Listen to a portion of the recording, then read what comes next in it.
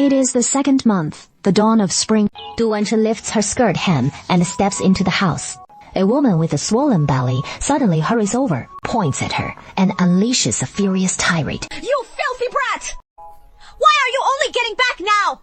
And still refusing to pack your things and get ready to marry? She is Liu Shi, the woman her father took as his new wife 5 years ago, the stepmother. When she married in, she brought along a daughter the same age as her. Du Wenchen has just come of age this year, born simple-minded from the start. Just a few days prior, Magistrate Li of Cheng'an County had sent a matchmaker to propose marriage on behalf of his son, declaring his intent to wed this very simple girl. Liu Shi was consumed by jealousy. And in the end, after conferring with Du Dajiang, she schemed to have her own daughter, Liu Lanji, impersonate this foolish stepsister and marry in her place. Du Dajiang agreed without a second thought, fearing that delays might invite unforeseen troubles. And so he hastily arranged a different match for Du Wenchen, the eldest son of the Zhou family in neighboring Changliu village. The Zhou family was infamous in Changliu village for their dire poverty, a widow struggling to raise 3 sons, the eldest lame in the legs, the second blind as night, the third deaf to the world, not one among them hale and whole. Wenchen, my dear, please don't blame your father. You're a fool. Marrying into the magistrate's family would just be a waste. Better to marry into the Zhou family. That way, it'll be good for both you and your sister. Dad, I'll marry him. That is more like it. Go on, hurry and change your clothes. Follow the matchmaker to the Zhou family. Mother turned and headed into the house, then pulled a bundle of red wedding clothes from a cabinet, ones her own mother had made before she passed. Little did they know, just moments earlier, she'd taken a tumble on the field ridge. When she woke, her mind suddenly sharpened. She wasn't foolish anymore. The Zhou family's eldest son was Zhou Ruyuan. She'd seen him before. She was willing to marry him. Du Wenchen knew Mrs. Zhou was no ordinary farm wife. Mrs. Zhou was literate, sensible and wise. A son raised by her couldn't turn out badly. Rather than that fat son of Magistrate Li, she'd take Zhou Ruyuan any day. On the day of the beginning of spring, the Lu family's 2 daughters were wed together. One quietly led off by the matchmaker, bundle in hand. The other in an 8-man palanquin, in grand procession yet. No one knew the real story behind the betrothal between the Du and Li families. A month ago, County Magistrate Li encountered a wandering fortune teller on the road. In Xiangtan village, there is a simple-minded girl, who is the reincarnation of a blessed maiden. If your son brings her home as his bride, your family is bound to enjoy boundless good fortune, preserving eternal glory and wealth. Nonsense. What a utter absurdity from ancient times to the present. Marriages have always been matters of utmost care, matching families in status and standing. And I, a respectable county magistrate, how could I let my own son marry a simple-minded girl like her? That girl became dim-witted because she lost one of her souls. That is what left her so foolish and oblivious. But once her soul returns one day, she'll be sharp as ever, no longer foolish. Lord Li, better to believe it exists than to dismiss it as non-existent. Once back at home, County Magistrate Li grew more and more uneasy the longer he dwelled on it. In the end, he truly took the fortune teller's words to heart and sent his wife to track down that simple-minded girl. How could Madame Li possibly let her son marry a fool? So she schemed with Widow Liu, keeping it from the magistrate, and married off her own second daughter in the girl's place. That day, the magistrate had rushed off in haste and overlooked a crucial detail. Once that simple-minded girl was wed, she came under the protection of her heavenly parents, bearing both innate blessings and curses. Treat her well, and drifting clouds of fortune will endlessly follow. Mistreat her, and endless storm clouds of calamity may engulf you. Over Changliu village, the sky-ons, shrouded in thick, ominous clouds, suddenly cleared, the mists parting at last. Chula, your dad sure is heartless, not letting you stay in that fine magistrate's household, but forcing you to marry into this rundown hovel. Oh, from now on, you'll be in for some real hardship. Thank you for your concern, Aunt. Since I chose to marry into the Zhou family, I naturally won't mind his poverty. Oh, you're such a silly girl. At that moment, the Zhou family's gate swung open. I was just about to head to the village entrance to meet you all. How come you're here so early? Aunt Zhou, thank you so much. Aunt Liu. All right, today is a joyous occasion. Let's hurry and welcome the bride inside. Yes, indeed. Let's go. Into the house. With that said, he pulled Du Wenchen 朝屋里走。放个 Zhao, come meet your new sister-in-law. As soon as Mrs. Zhou finished speaking, two young boys emerged from the house. One about 14 or 15, named Zhou Feng, the second son, and another just over 12 or 13, named Zhou Kao, the cheeky third. Sister-in-law, hello. Hello, second and third brothers. Where is your big brother? Big brother's inside. This little third one sure knows how to talk. What my sister-in-law said, our third brother wasn't deaf before. That is why he could still speak. Zhao and Fenger were both fine before. But then, an accident happened, and that is how they ended up like this. Oh, what kind of accident?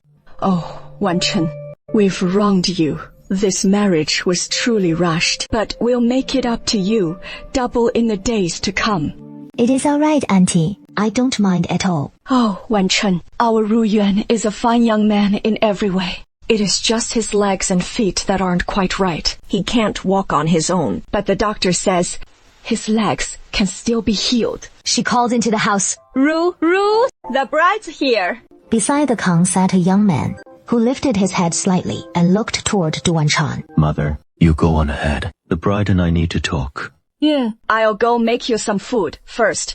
You two have a nice chat. Yeah. Now, in the room, only Duan Cheng and Zhou Ruyuan were left. Miss, please don't take this marriage to heart. My mother meant well when she asked Liu the matchmaker to arrange it. And if you're not willing, we can call it off. You can just be like a little sister to us. Later on, we'll help you find a proper match. But I stepped right through your family's door, making me the daughter-in-law of the Zhou family. Since you don't mind my foolishness, I'll naturally overlook your disability too. We're two of a kind. A perfect mismatched pair, like half a caddy to 8 tails. But down the road, when it comes to my husband, please bear with us a bit more. Whether I'm headstrong and willful, or bold and reckless. Yeah. Don't hold it against me. Lass. You're no fool. Ooh, I am silly folks up front always say so.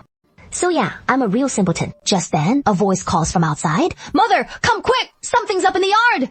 Du Wanchen jumps to her feet in a hurry. Zhou, what is going on? Mother! Come take a look. There is a straw nest with 2 scrawny ducks huddled inside and 1 big duck egg. These 2 ducks were barely hanging on, not expected to last the night. But now they're full of pep and one just laid an egg right in the nest. 太好了，Zhao, we can finally have eggs to eat. The 2 ducks in the nest suddenly perk up their heads, stretching their long necks to gaze toward Du Wanchen in the distance. Then both stand up together, waddling their tails and flapping their gray and white wings. As Aunt Zhou looks up and sees a few more duck eggs in the nest. Just 5 in total. Enough for all of us. Mother, this duck egg's better than the ones we used to get. Zhou steps into the room. Uncle cradles a duck egg and cuts off his mother's third brother right away. Once the 3 of them are inside, Zhou Zhao suddenly stands up, frozen in place. Zhao, what is wrong? Mom. Just now, when we came in from the market, what did you say to me? Hey, did you just say something about Feng's new house trinket?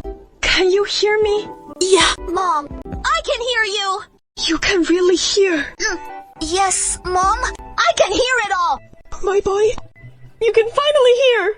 Those folks don't want us getting by easy, but we'll show them we're doing just fine. Now that your ears are working, it won't be long before your second brother's eyes and big brother's legs get better too.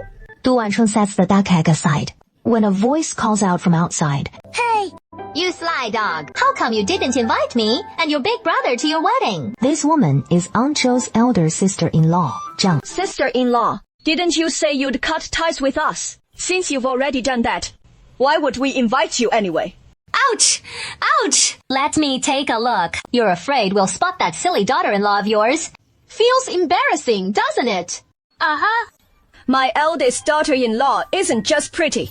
She is sweet and sensible too. What is there to be ashamed of? Second sister, stop bragging. I've heard all about it.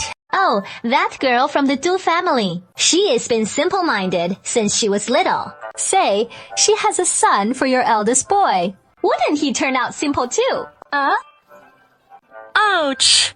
That is hilarious. Ouch. In a family like that, the sharp ones sharpen up, the dim ones stay dim. Even dragons spawn dragons. What is 1 or 2 more fools? Am I right? Hempage, her voice carries loud and clear. Du Wanchun hears every word from inside. She doesn't rush or fret. She cracks 2 of those duck eggs from earlier, then tosses in some wild leeks nearby and stir-fries a plate of leek. An egg. In no time, the dish is ready. She picks up the plate, lifts the curtain, and steps out with a warm smile. Mom, second brother, third brother, the 3 dishes are all set. Wanchun, you go rest in Ru Yuan's room. I'll handle the rest. This is... She is my eldest aunt-in-law. Auntie, hello. Second, sis. Where'd your family get these duck eggs from? Did you sneak over to our place and steal them? Auntie, these are duck eggs laid by our own ducks. Who asked you? I asked your ma. Why are you chiming in? Jiang Chuju, it ain't your place to school, my daughter-in-law. She is the younger one here. And as the elder, why shouldn't I speak my mind? Don't you forget, you and my big brother cut ties with our family ages ago. Today Wanchun only calls you auntie, out of respect for my big brother's face. If you keep acting so rude like this, we won't hesitate to grab a stick and chase you right out. You talk like that. Well, guess what? I'm staying put today. Get out of here now! Catch! Jean, put that down! Quick! Jiang Shi got so scared. She couldn't stand it and bolted out the door. With Zhou Ruiyuan stepping out from inside the house, Zhou Ruiyuan saw Aunt Zhou heading off and shot Zhou Zhao a quick glance. Zhou Zhao caught on immediately, grabbing those shattered duck eggshells from the kitchen. Auntie, take a good look. Is this a chicken egg or a duck egg? That turquoise eggshell splattered slime right on my face, and it stung like hell. You little rascal! You're asking for it, Auntie. Just stop calling me deaf already. My ears are fine. See? She glared at him for a good long while, until she finally lost it, stomping her feet all the way home. Du Wanchun watched from afar, and couldn't help bursting out laughing. Look at that. Du Wanchun?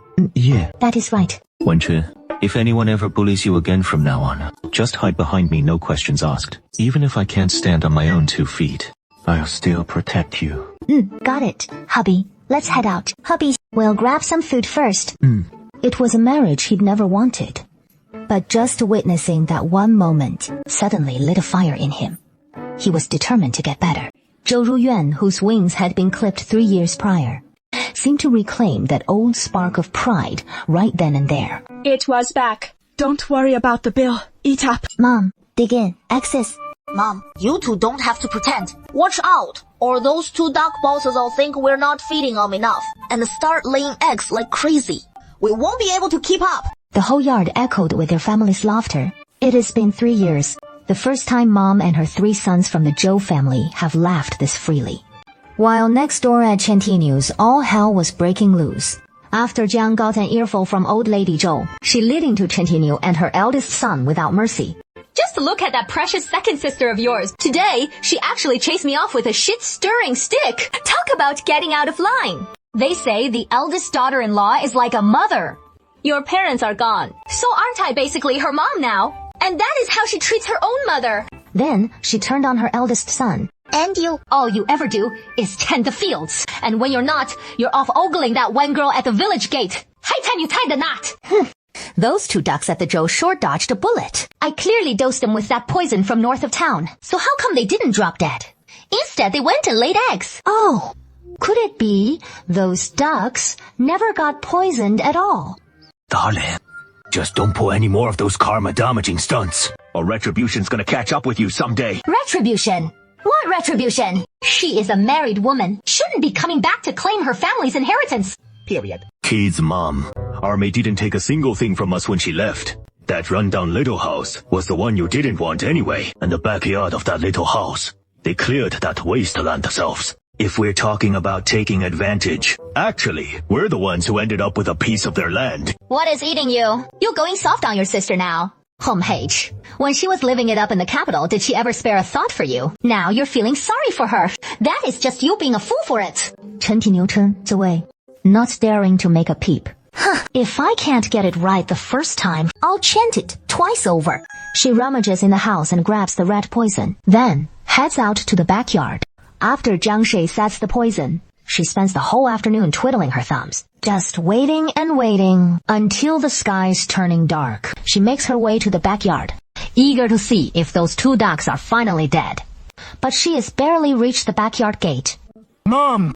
Oh no, our chickens! Our chickens! What is wrong with our chickens? Mom, all our chickens! They've been torn apart by a weasel! Mom, just a moment ago, all our chickens just got killed by that weasel! Oh my goodness! Where'd all my chickens go? How could a weasel show up in broad daylight? Oh no! My poor chickens! That damn weasel! If you're gonna steal, just steal! Why'd you have to slaughter them all? You better not let me catch you, or else watch out, I'll skin you alive and Sandra you into weasel jerky! Mom, what are we gonna do now? These bites are everywhere. No good meat left to salvage. If we can't eat them, so be it. The Chen family ain't swallowing this insult. Oh, Chen! You gotta get me a rat trap today. I'm catching that weasel, no matter what. All right. Kids, Mom. At that moment, Mom, we've made it here. How is things at Weasel Auntie number 2's? he suddenly remembered the poisoning scheme and hurried over to the neighbor's wall, stepped on a stone, and peered inside. 2 big ducks standing right by the duck eggs. And in that rundown nest, surprisingly, 3 or 4 big duck eggs lay there. No way. I clearly put the poison in. So how come these 2 ducks are still alive and kicking? Impossible. My mind feels like it is slathered in mush. And I'm all turned around and confused. Neil, what happened to you? Get down quick. Just turn around and hop down. My foot slipped. And the whole of me went tumbling down. Ouch! Ouch! Oh, heavens above! What kind of bad karma did I rack up? I'm Mother Joe from next door. So what is all the ruckus at Cousin Aunt's place? Don't mind him. That Jiang Qiuju's nothing but a shrew. She must have gotten an earful from us today. And now she is blowing off steam back at her own house. Wenchun, you don't have to hold back and let those 2 walk all over you right there. If they start picking on you, just give it right back to them. No need to worry about us. Mother, you said 3rd brother's ears are all better now. So shouldn't we find a doctor to check husband's and 2nd brother's leg and eye? I'd love to get them to a doctor, but right now, we just don't have the silver for it. Du Wanchun, hearing this, pointed at the little sachet hanging from Mother Joe's waist and asked, Mother, did you make this a sachet?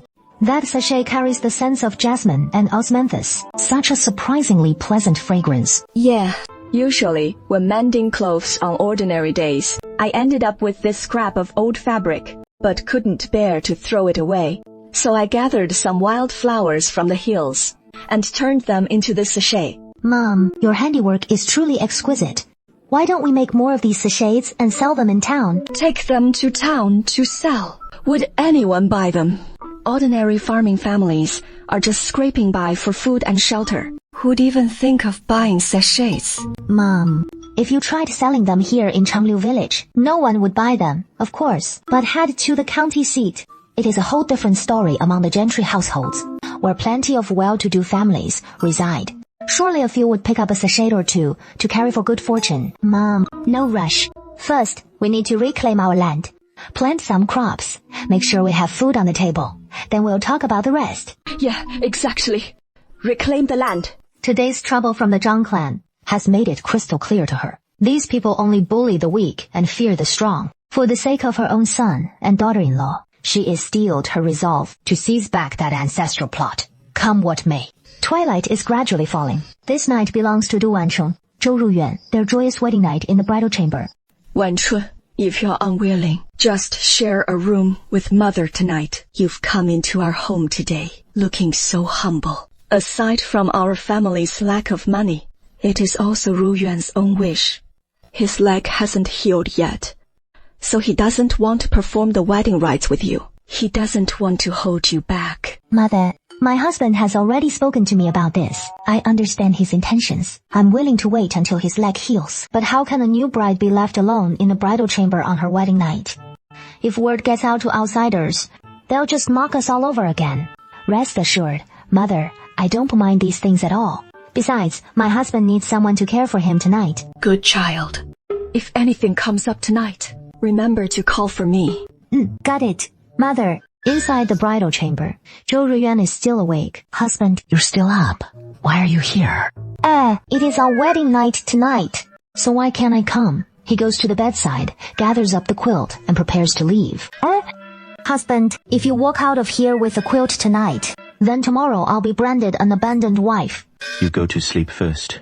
I still need to read a little longer. He puts the quilt back on the bed, then divides the bed in two. Zhu Wanchun nestled in the quilt, stealing glances at him. My dear husband, you're literate and discerning, so why haven't you ever sat for the imperial exams? I want to enter the world. If you don't enter the world, how can you rise above the common herd? The path of officialdom is fraught with intrigue. Better to avoid stirring up trouble and strife. Don't you think? If my husband longs to rise above the rest, it doesn't have to mean plunging into official life. Among scholars, farmers, artisans, and merchants, there is sure to be a path that suits us. With that, she closed her eyes and drifted into a deep sleep. Zhou Ruiyuan saw she had stilled and lifted his gaze ever so slightly toward her. After a long moment, he hastily averted his eyes and set aside the book in his hand. The book he held was the Book of Lord Shang, which expounds on the arts of governing in harmony with heaven and the principles of statecraft and military strategy, unrelated to whether one enters the fray or not. Once in bed, Zhou Ruiyuan turned his head and gazed softly at the sleeping Du Wanchun. The woman before him was like a rare treasure that had burst into his life, illuminating the entire room. Yet so dazzling, it made one hesitant to draw near. Folks, what is all the commotion at our place? That Jiang Qiuju, next door. Yesterday afternoon, all the chickens in the backyard got bitten dead by weasels. And this morning when we got up, we found the little piglet we just bought had run off. Mrs. Jiang's standing at the courtyard gate, pointing at Chen Tianyu. You stubborn fool. I told you to lock the pigsty, but you wouldn't listen. And look, now the little piglet's gone. Oh dear me!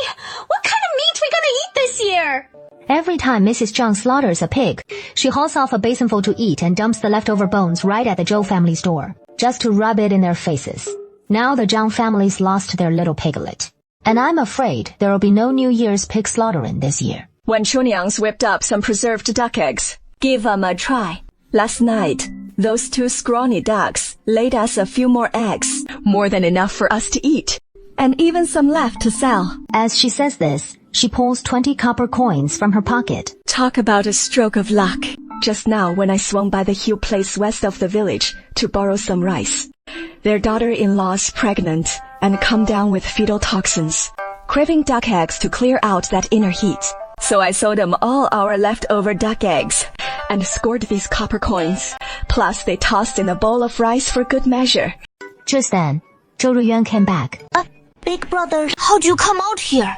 Zhou Ruiyuan pulled out the baked sweet potatoes from his arms. These sweet potatoes third aunt sent over a few days ago. I'll go bake them.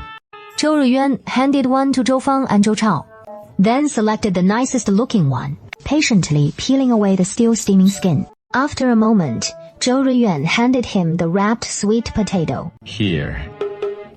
Thank you, my husband. He took a big bite of the sweet potato. Yeah, so soft and glutinous, sweeter than anything he has ever tasted. After breakfast, Aunt Zhou took Zhou Zhao and Du Wangchun to the Chen family's place to demand their land. Mrs. Jiang spotted the whole Zhou family arriving. Hey, Chen Yue, what are you folks doing here? Come to watch us make fools of ourselves, huh?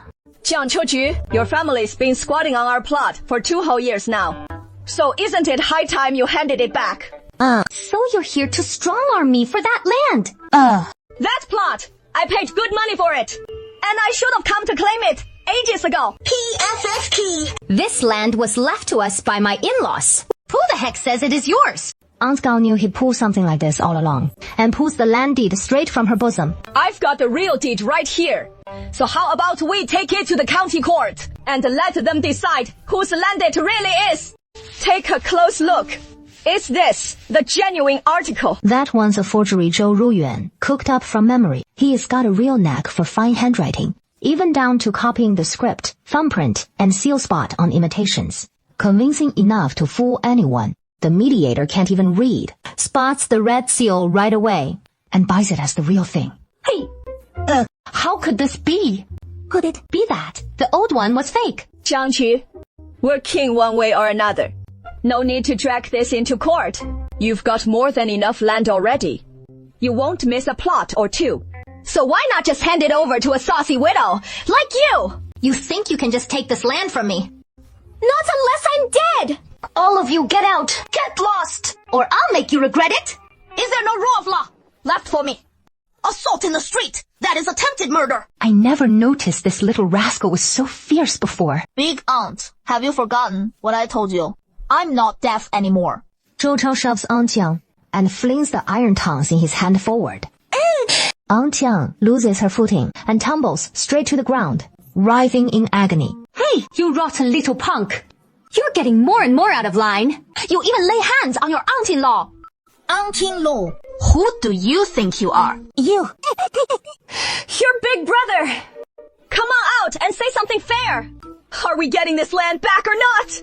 Just then, Big Brother Chen bursts back in. Dad! Mom! Something's wrong! Trouble in the fields!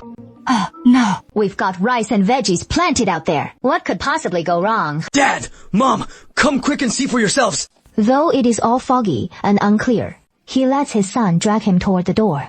What is all this about? Mom, we should all go take a look. Sure, come on. Let's go see for ourselves. What on earth has happened? All right, Mom, let's hurry and catch up. The Chen family's land lies to the northwest, a vast expanse of fields. But they're heading southwest instead, toward the plot Aunt Zhou just bought.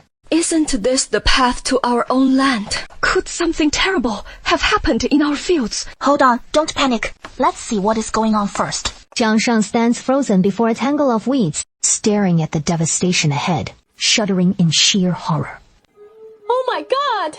You're really set on making my life hell, aren't you? Just look at this mess! What the hell have you done? Right there in the field before him, the rice seedlings that were thriving are all withered and yellow, and the vegetables planted in the soil have been gnawed to shreds by bugs, with nothing left worth harvesting. This is all your fault. If you hadn't grabbed someone else's land by force, would we be staring down this kind of ruin? I warned you time and again to quit the dirty deeds, but you just wouldn't heed it. And now see for yourself. You've burned through all your good karma, and the retributions hit us hard. He jerks his head up, glaring at Aunt Zhou in the distance. This has got to be your handiwork. You lot who wrecked our veggies and rice into this nightmare. Mom, just stop spouting nonsense. The rice went yellow, cause the soil's boundary, and the veggies rotted from all those bugs in the field. Why go blaming other folks? If you're pointing fingers, point them at yourself. I keep asking you to pitch in down at the fields, but you flat out refuse. If you just helped with the watering and kept the pest at bay, would things be in this sorry state? Our family's not down to just this one patch of dirt. If second sis wants it, just hand it over to her. Instead of us lot just moping around here like we're at a funeral, we'd be better off heading home to sort out those dead chickens and track down that missing piglet. No way! I'm not giving her that land! No how! Take a good look at this plot. The rice and veggies are both kaput. It is cursed with bad luck, might as well give it back to him. And we'll head back to tend our own fields. Right? If we don't fork over this land, even if I rot away right here on it, I still won't let Chen Yang have it! Chen Tianyu yanks sister-in-law Jiang along, and before they leave, he grits his teeth and turns to old lady Zhou. Second sis, you want this land? Go ahead and take it. All right then. Big brother, you'd better mean what you say. And keep sis-in-law from kicking up a fuss again. Or we might just end up dragging this to court for real. Don't worry. I can't lose face like this. We can't just hand over this land to them. Are you ever gonna stop? Chen Tianyu immediately scowled and shot him a fierce glare, which left Jiang so scared his legs buckled. And he had no choice but to slink home after Chen Tianyu. That is wonderful. We've finally got our own plot of land. What should we do about the stuff growing in the field? We'll have to yank out these seedlings and veggies. Then plow it under and replant.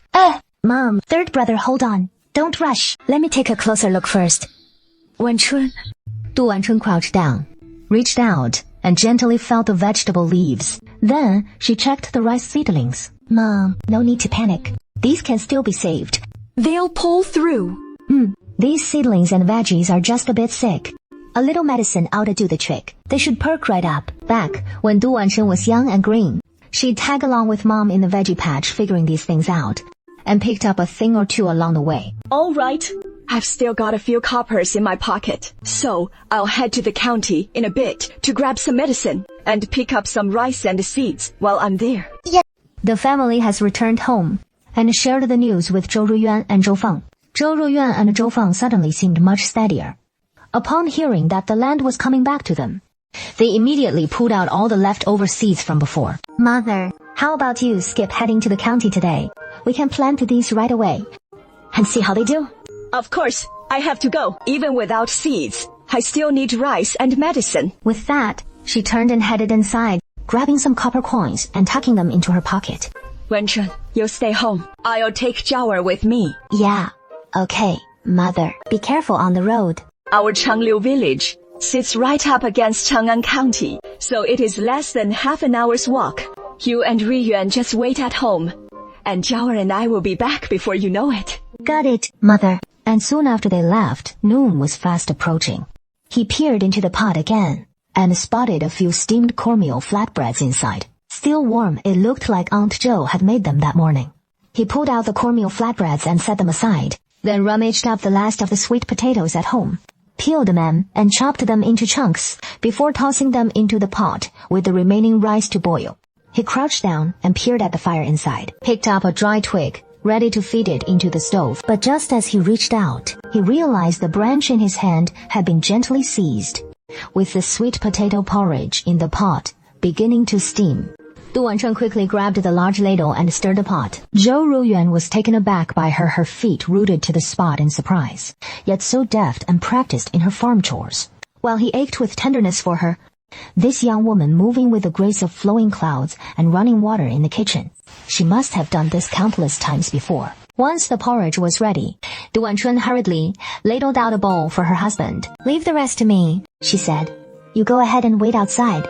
Du Wanchun then ladled out a few more bowls, carrying them to the front room. She had just set the porridge on the table when Zhou Ruyuan emerged from his room, a small bomb box in his hand.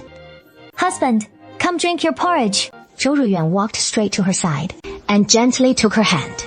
Wait a moment, he said, opening the bomb box, scooping out a dollop of white ointment and softly applying it to her hands. Darling, this balm was made by my mother herself. Rest assured, it won't do any harm. Thank you, dear. She took her other hand and continued applying the balm. Du Wancheng's hands, tormented under her stepmother Liu's cruelty, had long been covered in scars. This was the first time anyone had held her hand and soothed the scars upon it. Take the rest with you. Apply a little each day. Big brother, sister-in-law, come eat now, or it'll get cold soon. Yes, let's eat, before it cools and loses its warmth. After the three of them finished lunch, Aunt Zhou returned with Zhao Zhao. To Du Wanchun's surprise, Aunt Zhou had also bought a new boat of cloth. Mother, why did you buy a piece of cloth? In just 2 days, it is your return to the family home. So you need to dress a bit finer to spite that vicious stepmother of yours. Mother, I'll make you a new dress right away. The most beautiful style there is. Mother, it is really not necessary. Why not? Wanchun, this time, you listen to me. My own mother and sister have been bullying you ever since you were little. This time, for the return visit to my family home, we have to take them down a peg or two. Thank you. Just hang on a sec. This dress will be ready in no time. Zhao'er, go fetch the medicine we bought and show it to your sister-in-law. See if this is the right stuff. She then pulled out a few small packets of medicine. I'm not even sure if I got the right medicine. Take a look. That is it. Exactly. Then, let's hurry to the field and apply this pesticide. See if we can still save those crops. Let's head out right now. Once we've sorted out the field, I can finish sewing that dress for your sister-in-law. The group quickly gathered their things, heading off to the field to meet Du Wancheng. By the time they arrived and finished applying the medicine, it was already dusk. This is a promising sign. With weather like this, the crops in the field are bound to thrive. The next day, when Aunt Zhou brought Zhou Zhao to the field, they were utterly stunned by the scene before them. The rice paddies, once yellowed and withered, now lush and vibrant with green, as if they'd shot up even taller overnight. The baby bok choy and lettuce in the field have sprouted big leaves. Just like late spring said, this potion really works. Take a look. These veggies that were rotting away have come back to life. And some baby bok choy. We can harvest and eat it today. Yeah, Mom, sis-in-law's really something else. If it weren't for her, we'd have almost dug all this up. Mom, come, take a quick look. And there, in that patch that was nothing but rocks before, radish leaves have actually sprouted. This is truly a wonder. Something's actually growing in this field. Back when they bought this good plot, they got tricked into burying some of that bad soil from next door right along with it. That bad soil was packed with hard stones. You couldn't even dig it if you tried. It has been ages since we checked the field, and now radishes have popped up. Could this land have been revived by your aunt and her folks? No way. If they knew about this prime patch right next to ours, they'd never hand it back over so easily. So, what is the story here? However, perhaps this plot has lain fallow for so long. It is gradually turned fertile, and with no one tending it. That is how these radishes sprouted up. Zhang Zhang took a big bite into the radish. Yeah. Crisp and sweet. Just like the fruits in July. Absolutely delicious. Mom, come try some quick. This radish is so tasty. Just like those hawthorn berries we used to eat back in the day. She really pulled up a plump, round radish too, peeled it, and took a bite. This radish really is delicious. See, I told you so, right, Mom? Come on, let's grab a few more. Take them home for your big brother and sister-in-law to try. Good, boy, Mom. The mother and son, with their little hoes in hand, crouched down together, digging up radishes from the soil. Those little radish tops in the field seemed endless. No matter how many they pulled, there were always more. Before long, they'd filled a whole basket.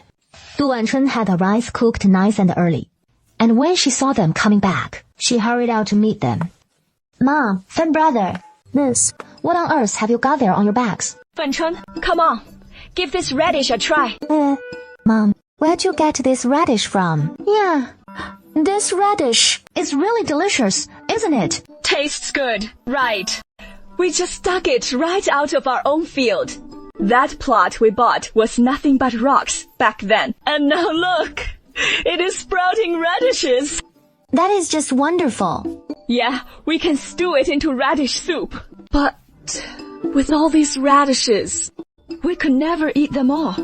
Mom, how about we haul these to the county and sell them? Selling radishes? Exactly. Selling radishes. Folks will buy these radishes, though every household in the village is growing their own. Mom, sure, everyone's got radishes planted in the village, but those big shots in the county don't grow them. They always send people to buy up veggies from villages nearby. So why not sell straight to one of their households? Who are you selling to? Du Wanchun suddenly thought of someone. That is Auntie He, the kitchen helper in Magistrate Li's household. Auntie He and Mom used to be from the same village. They've known each other since they were kids, and they get along pretty well. Mom, I know the kitchen helper at Magistrate Li's place. How about tomorrow you take me to the county to check with her? We can see if she'll buy it. But I have to go with you. Mom, you're busy sewing clothes for big sister-in-law. So how about I go with her instead? And third brother needs to keep an eye on our fields. No, I think I'll just go by myself. Hey, Mom, don't you worry. I'll head to the county, and I won't run into any trouble alone. We just got the land back. If no one's watching it, those neighbors from the Chen family will probably try to grab it again. I'm just not comfortable with Du Wanxun heading out on his own, but I also hate the thought of him having nothing decent to wear when he goes back to visit his in-laws the day after tomorrow. Just then, Zhou Ruyuan wheeled his chair out from the room. How about I go with him? You, Ruyuan, aren't you always reluctant to go out? Sometimes we can't keep hiding forever. All right. With you keeping Wanchun company, I feel much better. Big brother, with your legs like that, won't it be tough for you to go? No problem at all. With all these radishes, we just need a cart to hold them anyway. Later, I'll have little three wait at the village gate to pick up the cart from the Wangs. The Wangs at the village entrance are an elderly couple with no children of their own. Just like our Zhou family, they're not well regarded by the villagers. But strangely enough, they're always especially kind to us Zhou folks. Aunt Zhou figured it sounded fine, and hurried to pick out a few of the best ones from the radish pile, handing them over to Zhou Zhao. Go tell Uncle Wang to lend us the cart. And while you're at it, give these to them as a little thank you. Yeah, sure thing, Mom.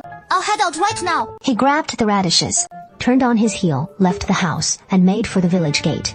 Once Du Wanchen saw the plan was set, she set to trimming the radishes. As she clicked away, her hand accidentally brushed against another. Husband, No need to tense up. Sure, I can't walk, but I can still pitch in with the field work. Thank you, my dear. The two fell silent, quietly tending to their work. But as the radishes grew fewer, the two inched ever closer. Zhou Reyuan's long hair, ever dangling at her temples, caught the wild spring breeze and gently grazed Du Wanchen's cheek. As Du Wancheng sensed the warm, potent aura radiating from her, a presence that inexplicably soothed her soul. Aunt Zhou, watching from nearby to avoid interrupting them, simply rose and headed to the backyard. In the backyard, Zhou Feng sat on a stone, lost in a daze, gazing upward at the sun in quiet rapture. Fenger, what is the matter? Mother, I keep feeling like I can see the light now, but I'm not sure if it is just my imagination glimpsing that light. Could it be like what happened to your third brother? Your sight suddenly clearing up. I don't know. I just keep sensing that light. But when I focus in, it feels like it is gone. Fenger, can you see anything? Nothing at all. This time, he cupped his hand over his eyes right away. Fenger, can you still make out the light? It is gone now. Just pitch black. Then, Mother Zhou removed her hand once more. How about now? Mother, it feels like I can really see a faint light now, like a distant lantern glowing in the dead of night. So far away and so blurry. Mother Zhou covered it with her hand again. Can you still see it? No, I can't. Mother Zhou then removed her hand. Mother, I can see the light again. Feng, your eyes are starting to see again. I have to go tell your big brother. Mother, please don't tell Big Brother yet. I'm not sure yet if my sight has truly returned, so he won't get his hopes up only to feel let down. all right. I won't tell your big brother. Just don't keep staring at the sun these next few days. Get plenty of rest. And who knows, maybe in 10 days or half a month, it'll be fully healed. Mother, once my eyes are better, will you let me go to the capital? Why would you want to go to the capital? Aren't things just fine for us here in Changlu village right now? Mother, we can't hide away in Changlu village forever. Even if we don't go looking for them, they'll come searching for us all the same. That is just what your big brother said a moment ago. Fine. Do whatever you want. We'll go along with you. Mom, rest easy. I'll make sure to clear Grandpa's name. Watch your words. Yeah. Mom, I know you're all grown up now. And Mom can't boss you around anymore. Don't just sit there like fools. Come inside and have some radishes. The ones from our field are so tasty. Yeah. Until led Zhou Feng inside. No sooner had they stepped in than those two ducks in the backyard laid another clutch of eggs. These ducks are real egg machines. 7 or 8 clutches a day. Keep it up, and the yard will be swimming in eggs. Mom, I've actually heard the tales of a hen that laid a whole yard full of eggs. Wait, really? Yeah, must have been ages ago. Back in Fengping village at the 10 place. Word is their chicken dropped a yard's worth overnight. Baloney. That is gotta be made up. But come to think of it, yeah, total hogwash. Anto picked out a few bigger radishes, along with some freshly boiled duck eggs, and simmered up a big pot of shredded radish and duck egg soup. Du Wancheng usually doesn't have much of an appetite, but this time she polished off 3 full bowls. Once our days get better down the line, I'll whip up a few more dishes for you all. Thank you, Mom.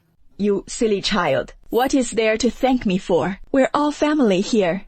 Mom's got some pastries too, and the ones you make are the absolute best. Okay. Then, when the time comes, Mom will make every single pastry you love, so you can eat your fill all at once. Mom's just the best. Du Wancheng watched from the side, green with envy, and sometimes he couldn't help thinking, if only his own mom could be right there by his side. It was so strange in that fleeting moment. A vision he'd never seen before suddenly flickered in his mind. He was holding a woman's hand calling out, "Mom," and that woman was stunningly beautiful, like a fairy descended from the heavens. When had he ever had a mom like that? After the meal, the whole family hustled to load the radishes onto the cart, working straight through till nightfall. And once darkness fell, they headed back to her room with Zhou Ruyuan. Perhaps it was just bad luck. Just as he lifted the curtain, he spotted Zhou Ruyuan sitting there, changing his clothes. My dear husband, you're changing. Alright, come on in. Perhaps from sheer nervousness. As he spun around, he tumbled straight forward, landing squarely in Zhou Ruyuan's arms. Are you alright? I must have startled you. But to his utter surprise, Zhou Ruyuan steadied her waist with both hands, lifting her gently into the air, then easing her down onto the bed. In that moment on the bed, it suddenly dawned on her, oh, it wasn't that her husband was incapable, but that her husband was still quite the man. You rest here. I'll step out and read for a bit. Since she respected his space, he naturally respected hers in return. If he held back, it must be for his own reasons.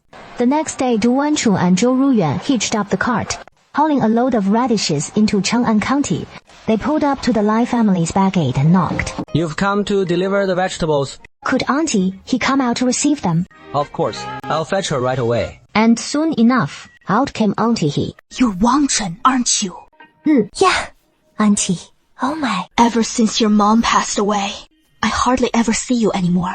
How have you been lately? To answer you, Auntie, I've gotten married now. I heard your sister-in-law married our young master. Yeah, but is she really doing alright? Who knows if it is good or bad? The very day she married into the Tianya household, she had a massive row with the madam. Neither of them can stand the other, and our young master. He has always been a real flirt, full of fickle ways. Good or bad, it is all her own doing in the end. Hey, Chen Shen, does your household need any radishes? Our radishes are mighty tasty. Radishes? Oh my, what a coincidence. Our master, he has been craving radishes lately. Are yours nice and sweet? As she spoke, she glanced toward the carriage behind Wan Chen. Zhou Ruyuan poked half his head out from the carriage and handed over a fine sweet radish. Auntie He caught sight of Zhou Ruyuan, and she was utterly stunned. Yeah? This young lad's quite the looker, isn't he? In all the villages round these parts, this is the first time I've laid eyes on something like this. Auntie, take a bite of this radish. First. Wenchu, your radishes are mighty tasty. Chen Zhan, care to buy some for your place? Sure. Perfect timing. My wife just handed me cash for radishes. But here is the thing. I only got 600,000 on me right now. If you sold all them radishes in your cart to me, you'd be losing out big time. Yeah, it'd be a real loss. How about this? I'll just dig out another 600,000 myself and buy up that other half too. For real? Of course it is true. You've always been a likable fella, even though you ain't much of a talker, but you're honest and down to earth. And these radishes are so darn good, so why wouldn't I buy them? Alright then, I'll unload the radishes right now. But he ain't even on the cart yet. Zhou Ruyuan went ahead and hauled the radishes down from the cart with both hands. Here, take these. After Du Wanchun bid farewell to Aunt Hao, she climbed onto the cart, ready to head home. Wanchun, shall we pick up a few things on the way back? Sure. Perfect. Let's grab some rice and oil for home. By the time they got back to the village, it was already dark. Husband, can you ride a horse? Yeah, I learned it before. He used to be literate, able to ride horses and shoot arrows. So why did he end up like this? Just as he was deeply puzzled, suddenly a bird flew across the night sky, startling the galloping horse. It let out a shrill neigh and bolted forward madly. What is going on? Husband! The horse is spook. Zhou Ruyuan furrowed his brow, gripped the reins with both hands and yanked hard, finally turning the horse around. At the same time, he suddenly felt strength return to one leg. Drawing on his waist power, he kicked with that single leg and mounted the horse directly, bringing it to a stop under his control. Husband, how is your leg? Did it get jolted? I'm okay, but, husband... It seems like your leg can move now. That is amazing, husband. Your leg is finally moving. And the two hurried home at a faster pace. Granny Zhou, when she heard that Zhou Ruyuan's feet could move. Your legs really can. I've stood up. My husband still can't stand up fully yet. He can only support himself on one leg for a moment. The two of them had just returned. When getting off the carriage, he encouraged Zhou Ruyuan to try standing up, and unexpectedly, the other leg had some strength. This time, he actually managed to stand. It is all right. Now that you can stand up, it shows you surely stand tall. Like before one day.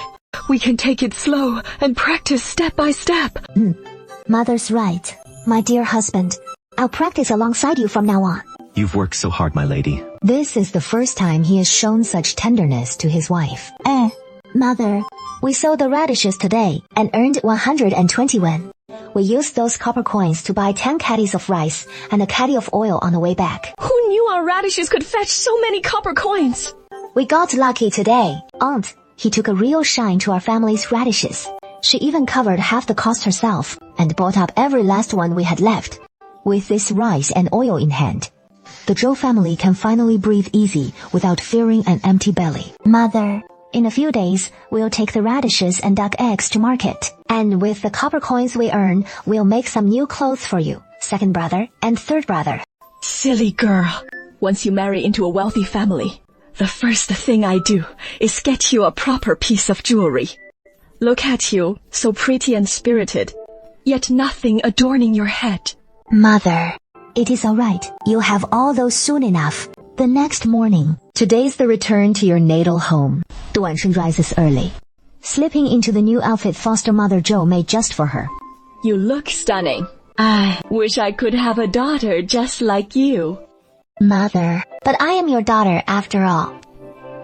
Yes, you are my daughter. Mother, my dear, are you ready? Today heading to my family, you needn't dread my father or my stepmother. From the moment I married, they've meant nothing to me. Today, going back, isn't about paying respects to those two elders. It is about reclaiming what is rightfully yours. What things? The things your mother left for you. How did you find out, my lord? Matchmaker Liu told me. She said your stepmother Qi is ruthless and has already withheld a good portion of your dowry. I bet everything your mother left you means the world to you. You can't just hand it over to others for nothing. The carriage slowly rolls forward. As Du Wansheng and Zhou Ruyuan arrive at the family gate, another carriage is already parked outside the courtyard. If I'm not mistaken, it is his sister, Liu Lanji, returning with the eldest son of Magistrate Li's family. My lord, why don't I fetch a chair for you to sit on? No. I'm all right. Really? Wancheng, you're here too. Du Wansheng supports Zhou Ruyuan a step forward, but brushes right past him toward the house. Wasn't it said that the Zhou family's son is a cripple? How come he doesn't just look remarkably handsome, but his legs aren't even lame? Du Wancheng, don't you see your mother right here? My mother is buried in the ground, not lingering in this house. Du Wancheng, look closely now. I've married your father, so I am your mother. After you got married? Huh, you've lost all sense of propriety. You and my father had no matchmaker, no betrothal gifts. How dare a petty concubine, like you, call yourself my mother? Speak up. You've really grown bold now. Even knowing what it takes to carry some authority. Let me tell you, I am now the head of the Duyao household, which makes me your mother-in-law. You'll address me as such, like it or not. Mrs. Liu, Lady Wancheng has already married into our Zhou family, so she belongs to the Zhou family now. What right do you have to lay hands on her? If the DU family pulls this again, watch out. I'll go straight to the Yamen and charge you with mistreating a courtesan. What do you think you're doing? Lanji! Quick, get your husband to stand up for me! He's keeping the young lad here while seeing off her mother-in-law! My lady, what are you doing? The Lai family's eldest son is floored at the sight, and even Du Wansheng stands there stunned. Who is this celestial maiden? My worthy son-in-law! This is our family's so-called simpleton daughter, Du Chuan! What sort of simpleton daughter is this? This is a fairy descended from the heavens. Husband, she is nothing but a foolish chit from some godforsaken backwater. Where does a heavenly fairy come into it? How can you speak of her that way? She's your elder sister, after all. Husband, you are my husband. How can you take his side like that? Why shouldn't I take his side? If it weren't for you and your mother meddling, she'd be my wife by now. Dear son-in-law, come on, Sit down and have some tea. Oh, hello, young Master Li. Father-in-law, when did your eyesight start failing you? I am the real young master. Li, dear son-in-law. Father-in-law, your eyesight is truly poor. How could you mistake that wretched pauper for me? Du Dazhang apologized profusely, claiming his old eyes were dim and blurry. He'd seen it all wrong. So you're the eldest son of the Zhou family. Pleased to meet you. Isn't your leg crippled? Brother-in-law, my leg is indeed lame, but it has gotten much better lately. I can barely stand now. Turns out he is not just a penniless scholar, but a cripple to boot. Listen here, big sis. Are you doomed to live like a widow? What my husband is like is something you'll never know. So spare us the worry from my brother-in-law. I reckon he is just a good-for-nothing. Young Master Li, you know this so well. Could it be you've got a taste for the cut sleeve? You can spot my husband as a good-for-nothing at first glance. Qingxu, don't get angry. We're all family here, after all. Before my mother passed away, didn't she leave me a pair of silver earrings and a pair of pearl hairpins? No, she didn't. Before your mother died, she only left you that one wedding gown. I remember it, crystal clear. Mother left me a pair of silver earrings and a pair of pearl hairpins back then. That was her gift for my wedding. How can you claim there was nothing? Or are you saying you pocketed them yourself? Those silver earrings and pearl hairpins were given to Madame Liu by Du Dajiang long ago. I was wondering why you'd come back today. Bancho's here to demand her things. 杜婉春，我告诉你, your mother's things went into the ground with her. If you want them, go dig them up yourself. As he spoke, the pearl hairpin on his head swayed back and forth. Looking closer, wasn't that exactly the pearl hairpin mother left me? Ah, father, take a good look. What is this? Wancheng, that is the one I bought for your stepmother. It is not the one from your mother. Yeah. Look closely now. One bead's missing from the pearl hairpin. That is the one I accidentally bit off. Throwing all caution to the wind, charging straight at Du Wanchen, trying to snatch the pearl hairpin right from his hand. Stop it, father. Besides this one, there is the silver ear ornaments too. Where are the silver ear ornaments? None here, Mother Yue Zhao. How can you two just seize other people's belongings like that? If it is his, hand it back to him. That silver piece isn't with me, is it? My husband is about to come for dinner. As he was talking, those silver ornaments on her ears were glinting away. Father, the ones on Liu Lange's ears, are those my mother's? No, that is not it. So what if they're your mother's earrings? They're ours now. Young Master Li suddenly lunged forward, slapping Liu Lange hard across the face. You, little wench! Am I starving you or skimping on your clothes that you have to wear this? Does the Lai family need you scavenging jewelry from others? Yes. Hold on! Stay out of our family business! Shangguo, this was given to me by my mother. I didn't steal it. That won't do either. What your mother gave you was snatched away too. With that, she handed the 2 silver earrings straight to Du Wanchen. Elder sister-in-law, this belongs to you. Just to say yes. Now that we've got the items, she linked arms with Zhou Ruyuan and headed out, getting ready to leave. Okay. Elder sister-in-law, don't go yet. We haven't even had the meal. You're not eating. It is your first visit back home. How can you leave without eating? At least have a bite. Du Wanchen pretended not to hear a word and kept walking forward, arm in arm with Zhou Ruyuan. Hey, 大姨子, sister-in-law! At that moment, Zhou Ruyuan suddenly halted, turned back, and fixed him with a stare.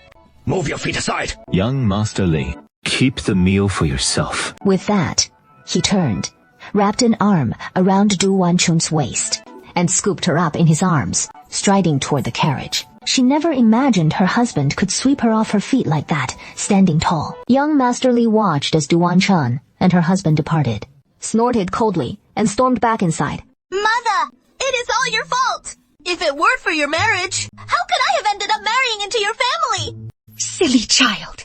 What is so bad about the Lai family? Look at you. If you hadn't married into the Lai family, could you wear such fine clothes? Sport such exquisite hairpins? In my view, you might as well have married into the rival family. Though the rival family is a bit poorer, that Principal Zhou Rui of the academy is such a fine young talent. But you're still so gentle and caring. Better than putting up with all this aggravation in the Lai family, right, Mother? You have no idea. I've only been married into this house for 3 days. And my husband is already itching to take a concubine. What am I supposed to do with the rest of my life? Isn't it perfectly normal for a man to have 3 wives and 4 concubines. As long as you bear a fat little boy for young Master Li, won't that secure your footing in the household? If you think marrying me was such a bad deal, I'll just hand you a divorce decree and call it quits. Everything I said just now was just venting in anger. If you really want to take a concubine, that is, That is more like it. Never mind, those 2. Let's just eat. No sooner had Madame Liu finished speaking than a rush of water suddenly gushed from between her legs. What is wrong, my lady? I think I'm about to give birth. My lady, you head inside first. I'll fetch the midwife right away. With that, she hurried off from there. What a jinx. Why on earth do I run into something like this on my visit back home? After saying that, he didn't even touch his food and just stormed off in a huff. Liu Lang's husband glanced at his wife in labor inside the house. But in the end, he still left with young Master Li. This. By the time Du Dajiang arrived with the midwife, she had already passed out from the pain. After waiting half an hour, Mrs. Liu gave birth to the child. You damned wretch! What kind of evil have you brought upon us to deliver a monster like this? What is wrong with my son? He is big. Big, Dajiang. This ain't no son of yours. It is a damn girl. And what is more? What is this about? Look at that little infant. It has got 6 fingers and 6 toes. Everyone in the village says 6 fingers are an omen of doom. Back when you came to me as my wife, you swore you'd bear me a son. Just look at the freak you've popped out. After all these years, I've treated you decently. And this is how you repay me. No. This ain't my kid. My kid's supposed to be a boy with the right parts. It is what came out of your belly. It is yours. You don't want to just toss it away, do you? Bo Mingming said it was a boy. How did it end up a little girl? The heavens must have mixed it up. Jiwa, you want to raise her or not? If not, I'll hand her off to my big sis to raise. Whether you stick around or not. Don't just lie there in bed like a lump. Get up and get to work. You heartless jerk. Can't you see I just gave birth? I haven't even finished my confinement yet. You popped out a girl. What confinement's worth doing now? Don't slack off on me. The veggies in the field need picking. Du Dajiang, back when you married me, You weren't like this. It was you who begged and pleaded to marry me. And now you're turning on me. It is done. With that, she kicked the door right in front of her, scooped up the baby, and stormed out in a huff. Du Dajiang's big sister is named Du Damei, who is been married for years without a child of her own, and Du Dajiang's holding the baby, fixing to drop her off with his big sis. General Dao Dao, just you wait. I'll make you pay someday. That man of yours ain't human at all. How could he up and leave a woman in confinement behind like that? he is my man, not yours. Once you've taken him, get out now. I reckon you had this coming. So get lost quick. Even the midwife washed her hands of him and hightailed it out of there. Well, you Du Dajiang, I can get by just fine without you. What rotten luck have I stumbled into? In Changliu village, Du Wancheng and Zhou Ruiyuan rushed back home before lunch. What is the matter? Did that stepmother of yours pick on you again? She wouldn't even leave you a scrap to eat. It is not that she wouldn't let us stay for a meal. It is that she cooked it, and we couldn't stomach it. Wenchen, my boy, don't you ever fear that wicked stepmother again from now on. If she ever lays a hand on you again, I'll grab that dung stirrer and thrash her till she howls for mercy. And as for your dad, he doesn't cherish you. But I do. She sprang up at once and went with Grandma Zhou to the kitchen to fetch the dishes. Mom, let me give you a hand. You and Ruyuan were up before dawn on the road. You must be worn out. Go rest up quick. I can manage on my own. Dear wife, do as Mom says, and take a breather first. It is fine.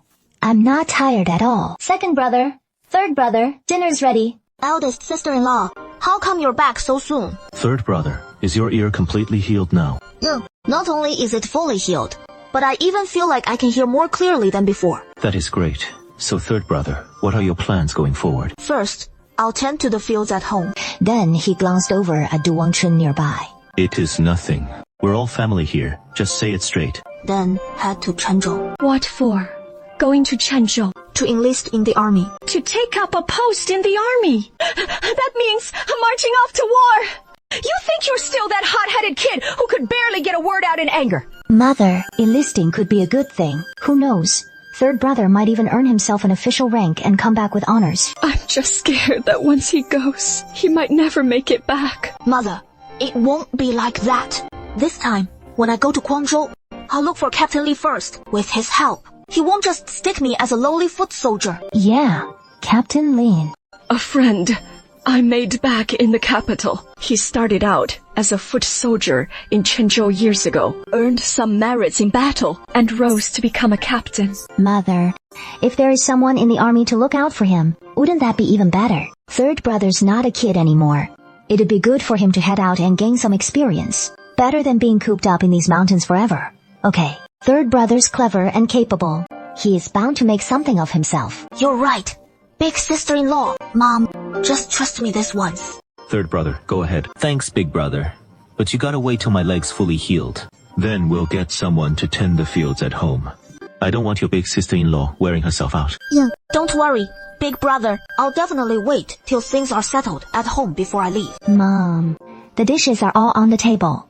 Let's dig in. All right, since you've made up your minds, I won't say any more. Just remember, kiddo, don't get into any trouble. Sure thing, Mom. After lunch. Du Wenchun followed Aunt Zhou to the backyard to gather duck. Later, I'll take some duck eggs to the neighboring village to trade with the Shen family for a piglet. Once the piglet grows up, we'll have meat to eat. That is wonderful. Also, once our crops in the field ripen, we won't need to buy rice anymore. And when we have some spare cash, we'll fix up the house too. yeah, this house really does need fixing. Mother, do you know how to make incense? I know a little. How did you find out? Mother, have you forgotten that time I asked you about your sachets? Ah, that is how it is. What is on your mind, Wanchen? Mother, I've got a great idea. We could make incense and sell it. Would anyone buy it? Folks around here are all simple farmers. They probably wouldn't need any incense. Mother, we could take it to Chang'an County or Qinzhou Prefecture. Plenty of high officials and nobles live there, and they use incense every single day. Zhou furrowed her brows slightly. Mother, no rush. We can try selling it in the county first. If it doesn't sell well, we can just drop it. No harm done. Then, let's give it a shot. Wenchun, you're so clever. And yet your dad and that stepmother call you a fool. What a pair of blind fools. My stepmother, she'd love for me to stay dim-witted. One day, if I run into him, I'll give him a good slap or two, or it'll never sit right with me. Don't bother. Wouldn't want you soiling your hands on trash like him. Wanchun, your real mother passed too soon. So there must be things she never got to tell you. Yeah. What is the matter? Has your husband come to your bedchamber yet? Dai Yu-chun froze in shock, her face flushing bright red in an instant. I knew that stepmother of yours treated you so poorly. She surely never breathed a word of this to you. Yeah, she really never did. But, Mom, He is my own flesh and blood. I know his leg's crippled, but down below, he is perfectly fine. Mom's got no other wisdom to pass on. Just in case it gets too much for you, remember to holler for Mom. All right. Just in case it gets too much. What do you mean? Ruyuan. Don't let his bum legs fool you right now. Back when he was growing up, his body's always been robust, sturdier than most fellas. And a sturdy man like that is the clingiest lover you'll ever have. So, if it ever gets to be too much for you, just holler for Mom. Don't try to tough it out. Du Wenchun's cheeks burned even redder, her earlobes practically on fire. Mom, my husband and he is. You two haven't consummated your marriage yet. Blushing furiously, Du Wenchun nodded. Wanchun, you're not reluctant to be with Ruyuan, are you? No, it is not that. Zhou Ruiyuan was reluctant. That boy must be afraid of burdening you. That is why he turned down Ni Yuanfang. But things are looking up now. He can stand on his own again. He might just reconsider. Wenchun, don't fret so much. This boy Ruiyuan has a real heart. He knows how to care for others. Du Wenchun nodded. Aunt Zhou leaned in and whispered a few more words in his ear. These were even bolder than before. She trotted right into the house. Nightfall. My dear, it is getting late time to rest. Husband, you're still up. The night air's chilly, don't catch cold. Husband, reading out here again tonight. He nodded. Yeah. You go ahead and rest. I'll come in shortly. I'll keep you company while you read. Do you read? Well. Mother taught me when I was little, but it has been ages since I practiced. I don't remember much anymore. Let me teach you. Really? Thank you, husband. 周日愿 dipped his brush in water and slowly wrote out the 3 characters for Du Wanchen. It has probably been so long since she last wrote. The strokes came out all crooked, looking quite messy. My writing looks awful. No, Rush, take it slow. She reached out and gently grasped his hand holding the brush. Follow my hand, stroke by stroke, as you write. Letting him hold her own hand. And by the time he came to his senses, the character was already complete. Got it. Oh.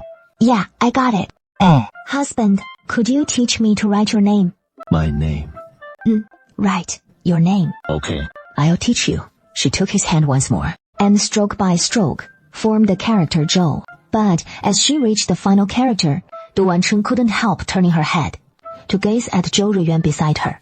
Got it. Their eyes locked, as if just one more step forward, and their lips would meet. It is getting late. I'll teach you again tomorrow night. Rest early too, husband. With that, she rose to her feet and scampered back to her room like a startled little rabbit. That night was another sleepless one. As spring dawns grew earlier with each passing day, Du Wanchen vaguely caught the faint scent of flowers. Mother, this is... The flowers I just picked up on the mountain to make incense for the burner.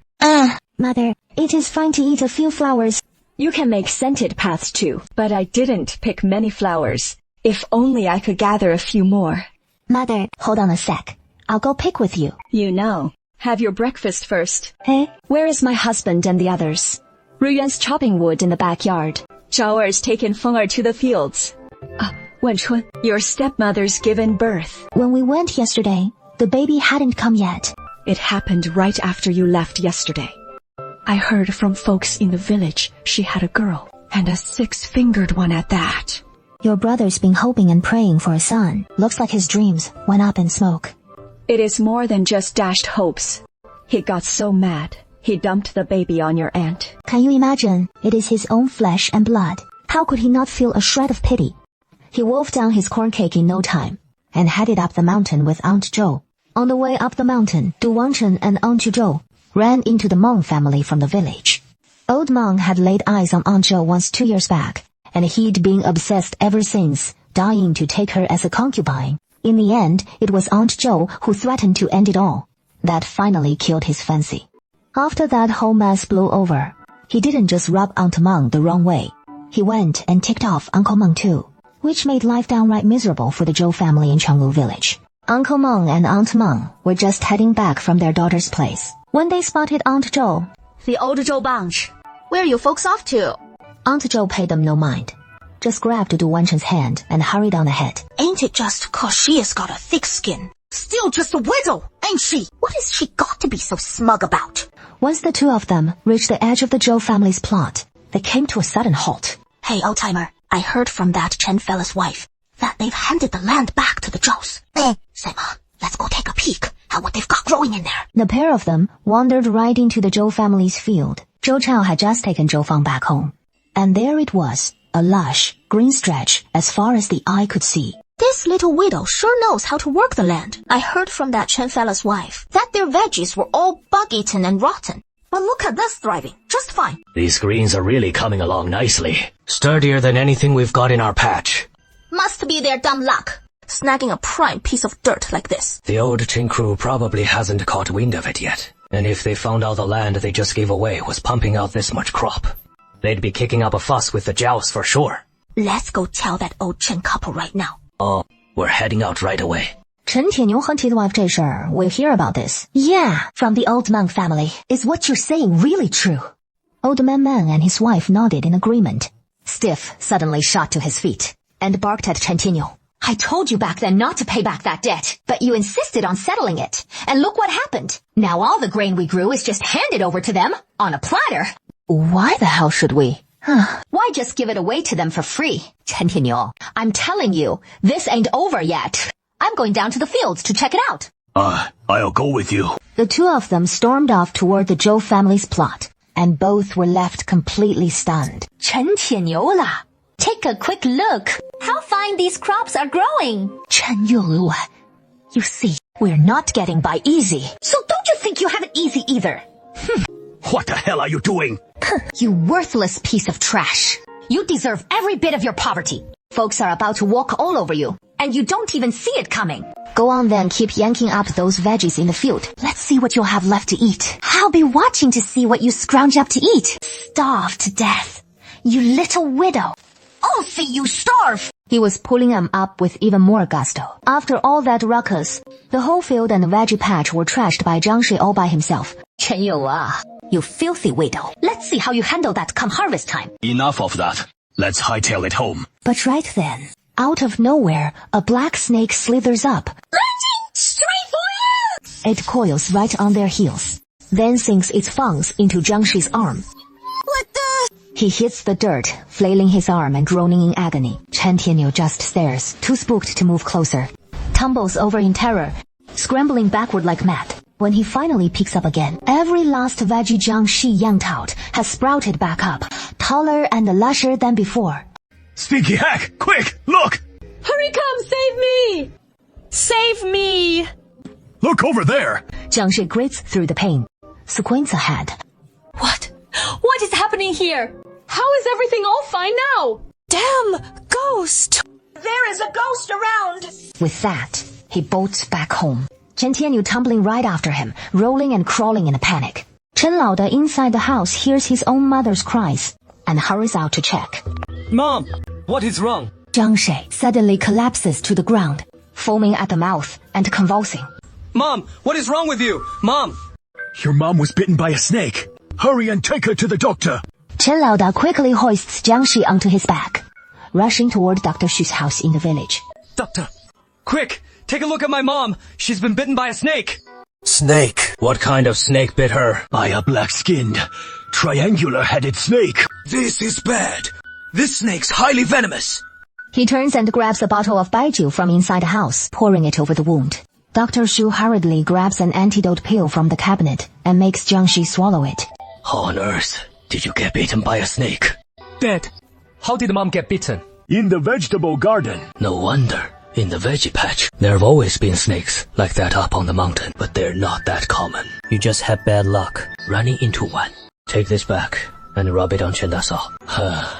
Her life is saved, but this hand, it is probably ruined. The hand's ruined. What does that mean? I can help him with the poison, but that snake bite severed the meridians in his hand. Once those meridians are severed, of course, it won't move anymore. But this is his right hand. If it is ruined, what are we going to do then? Snakes don't usually come this early. He is probably a goner by now. Think about it. Compared to losing his life, what is one hand worth? That vegetable patch isn't just full of snakes. It has got ghosts too. We clearly put up all the vegetables. And in the blink of an eye, they're growing back. Ghosts. It has to be ghosts! Dr. Xu quickly took Chen Tianyu's pulse, frowning as he spoke. You're dead. He is probably just shaken up by that venomous snake. I'll prescribe him some mind-calming decoction. Take it home, decoct it, and have him drink it. Meanwhile, do thank Dr. Xu. Up on the mountain, Du Wangchen and Granny Zhou passed through a thicket of trees and stumbled upon a sea of flowers. Mom, come quick. There are so many flowers here. These are wild roses. Yeah. They really are. Hey, why are these wild roses blooming now? What is wrong, Mom? These flowers aren't supposed to bloom until May. Maybe it is just an unusually warm spring this year, so they're opening up earlier than usual. Yeah, that is right. Changliu village sits way down south, much warmer than the capital, so no wonder the flowers are blooming already. Yeah, Mom, let's hurry and pick these flowers to take home, or it'll get dark on us. All right, we'll gather them up and head back first. Yeah, Mom, let's head over that way a bit. The flowers deeper in are blooming even better. Before long, the mother-in-law and daughter-in-law had filled 2 big baskets and returned home laden with their harvest. This girl, oh dear, you should have seen Chen's wife. You know, your sister-in-law, her hand nearly bitten clean off by that snake when old Chen carried her back. Her face was white as a ghost. She has completely fallen out with our family now. She ain't our sister-in-law anymore. And it is about time, too. If he comes begging you down the line, just ignore him flat out. Don't worry. I never had much to do with the Chens anyway. That is just how it should be. After their little chat, Aunt Jo went inside and started counting up their savings, coming to about 300 copper coins. But to make an incense burner, it is still way short. Mom, how about I pawn my earrings? Once we earn some silver, we can buy them back. No, this is the keepsake your mother left you. You can't pawn it. Wealth is but an external thing. My mother left these things to me back then, thinking that if one day I faced starvation, they could be exchanged for silver to help me tide over the crisis. I think now is just the moment to do so. Once our incense business starts bringing in silver, I'll never have to worry about going hungry again. No, I know your mother meant well by leaving it to you. But no matter how destitute our Zhou family becomes, we can't touch the daughter-in-law's dowry. I'll find another way to get the silver. Put this one away safely. Pawn this one instead. It is the pen you took last night. Husband. This pen of yours is made of rosewood and ivory. Though it is a bit worn now, but pawning it should still fetch a bit of silver. Ruye, you've carried this pen with you since you were little. Like it is your lifeblood, holding it so dear. How can we just pawn it off like that? Mother, just as Wan Chun said, once we earn some silver, we can redeem it. Since you've come around to it, then Mother will go ahead and try. Let's see how much silver this pen can fetch. I'll go. I'm off for a bit. Tomorrow, I'll take it to the county to pawn. Wan Chun, how can I let you go alone? I'll go with you. Mother, tomorrow, you and your husband stay home and wait for me. I'll hurry back. The next morning, Du Wanchun borrowed Aunt Wan's carriage and hurried to Chang'an County.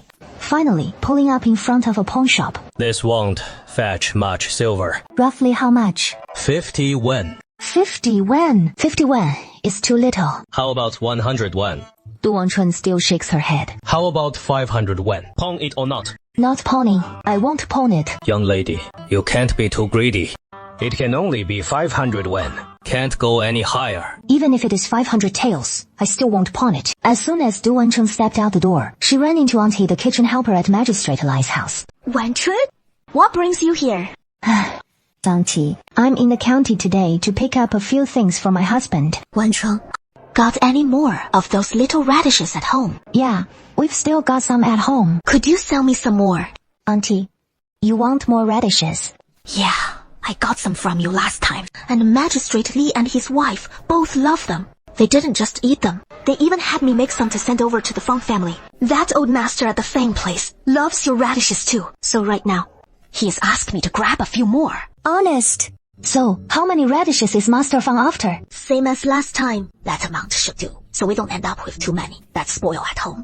If they want more down the line, I'll swing by and buy from you again. Alright, sure. Then, I head back right now and pick some fresh radishes for you. Sounds good. I'll be waiting for you in the Le Mansion's backyard. Got it, Auntie. Wanchun, here, take this for starters. As a deposit on those radishes. The rest once you've delivered them to the mansion. I'll hand it over then. Hey, thanks, Auntie. After bidding farewell to Auntie he whipped the carriage around and raced straight home. I wonder how much silver Wan Chun scored. Du Wanchun fished out the money pouch and let out a cry. Just 100 wen. Beaming as he opened his palm, and there it was, that very pen. Zhou Ruyuan suddenly reached out and pulled him close into his arms. Darling, I didn't pawn your pen. Thank you, my wife. Husband, we're man and wife. No need for thanks. This pen means the world to you. So let's keep it safe and sound. Who knows, it might come in handy later. Yeah, let's hold on to it nice and safe. Wan Chun, look. That is a full 100 wen right here. Where'd you even get this? What kind of magic? Are you working here? Didn't we sell some radishes to the Li Xianlin household? Just the other day, County Magistrate Li took a real shine to our radishes. So he wants to buy a bunch more, and sent over this deposit as a down payment. I figured I'd deliver another batch for him. Now that is some good news. I'll head out to the field right now, and pick some fresh ones with Zhou Shuang. Hey, Mom, count me in. I'll come along too. Alright then, I'll grab the basket. The farm chores are too tough for the little ones. So just have the third and second brothers handle it. No worries. I can handle the hard work just fine. We're all family, no need to draw lines between us. Third brother's ears have only just healed up, and the second brother's eyes are still on the mend, so they shouldn't overdo it either. It is only right for me to lend a hand where I can. So I'll tag along with you? But, dear husband, what about your leg? I can walk on it now. It is just still a bit of a strain. Hey love, why don't you stay back home and help tidy up those flower petals for us? After we get back from the fields, we'll head to the county to deliver the radishes, then pick up a boiler and some bottles. So when we return, we can jump straight into making that incense burner. Zhou Ruiyuan, not wanting to hold everyone up, had to compromise for now. Du Wancheng tagged along with Aunt Zhou, joining Zhou Zhao and Zhou Feng in the fields. Zhou Feng's eyes have been improving day by day lately. By the time the family reached the veggie patch, Oh my goodness! What a bumper harvest! Mom, let me take a closer look. Mom! Sister-in-law, this lettuce ota lasts us a couple of days. gotta stuff all these picked veggies into the baskets we brought. Hey, New Dasa, I swear, just the other day, these weren't half this size. Yeah, yesterday when we passed by, the rice wasn't even turning yellow yet. Must be all this warm weather lately. That has got the rice and veggies ripening early. Du Wancheng grabbed her little hoe and started clearing out a clump of extra dirt from the soil. As she dug away, suddenly a chunk of wood popped up from the ground. This spot used to be rocky ground, so there shouldn't be any wood here at all. And yet, it smells faintly of fragrance. Mother, Mom, come quick take a look. What is this thing? This is prime sandalwood. Mother, this really is sandalwood. But how could sandalwood be buried in this rocky soil? Maybe this spot used to be a whole sandalwood grove. It is just that folks chopped them all down later, and some logs got left buried underground. Mother, let's dig this sandalwood up right away. Then we can turn it into incense along with the rest. Exactly. Such fine sandalwood. A whole log like this made into incense. We could fetch a tidy sum for it. Any day now, they unearthed a sandalwood log at least a meter long. Zhou Zhao lashed the log with rope and hoisted it onto his back, while Du Wancheng packed the freshly pulled radishes into the shoulder basket. Aunt Zhou shouldered her own basket alongside them, heading for home. The family trudging back laden with their haul. Before dusk settled, the couple hustled the radishes over to the Lai and Feng estates, where Aunt he paid up the remaining 200 coppers. And right as they delivered the radishes, the Feng family steward slipped them a tael of silver as a bonus. No worries. We'll have plenty more down the line. Lots and lots. They took these copper coins and silver. Besides buying a boiler for making incense burners, they also bought some rice, oil, and cloth, and additionally, some pen and ink for Zhou Feng. By the time they returned, night had fully fallen, and Du Wancheng caught the scent of dinner the moment he reached the door. Mother Zhou gazed at the boiler and bottles they had bought, silently carrying them to the backyard, and not emerging for a long while. Mother, dinner's ready. Okay, I'll be right there. Hey, Mother. What is wrong? I thought that was the end for me. Ruiyuan and the others, staring at the sandalwood and rose petals. I know we're at the end of our road. Mother, were you and Father once a prominent family in the capital? Wenchun, I know you have many questions weighing on your mind, but some things are better left unknown for you. The more you know, the greater the peril to your life. Don't blame me and Ruiyuan for keeping this from you.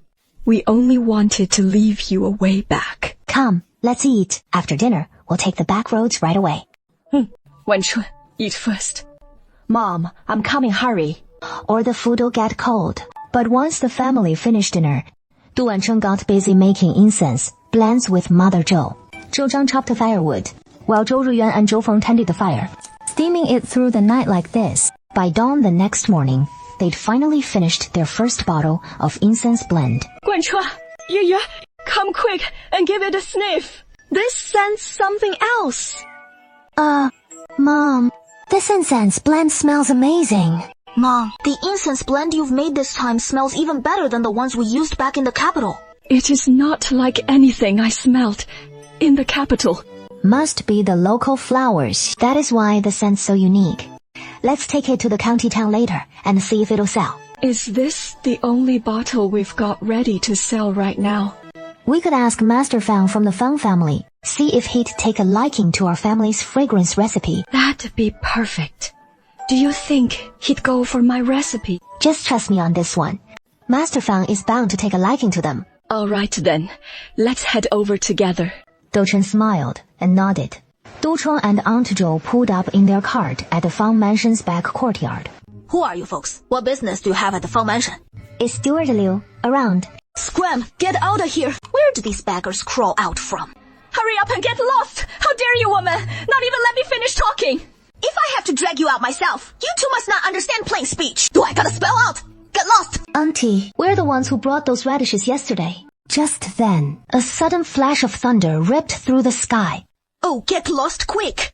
But right then, another thunderclap boomed from above with a deafening crash. The door frame came crashing down, smashing right onto the woman. Ow! Ow! Ow! Ouch! Help! Somebody help! Nanny Zhou, are you okay? What happened here? Lightning just struck from the sky, and it hit Nanny right on the head. Who are you?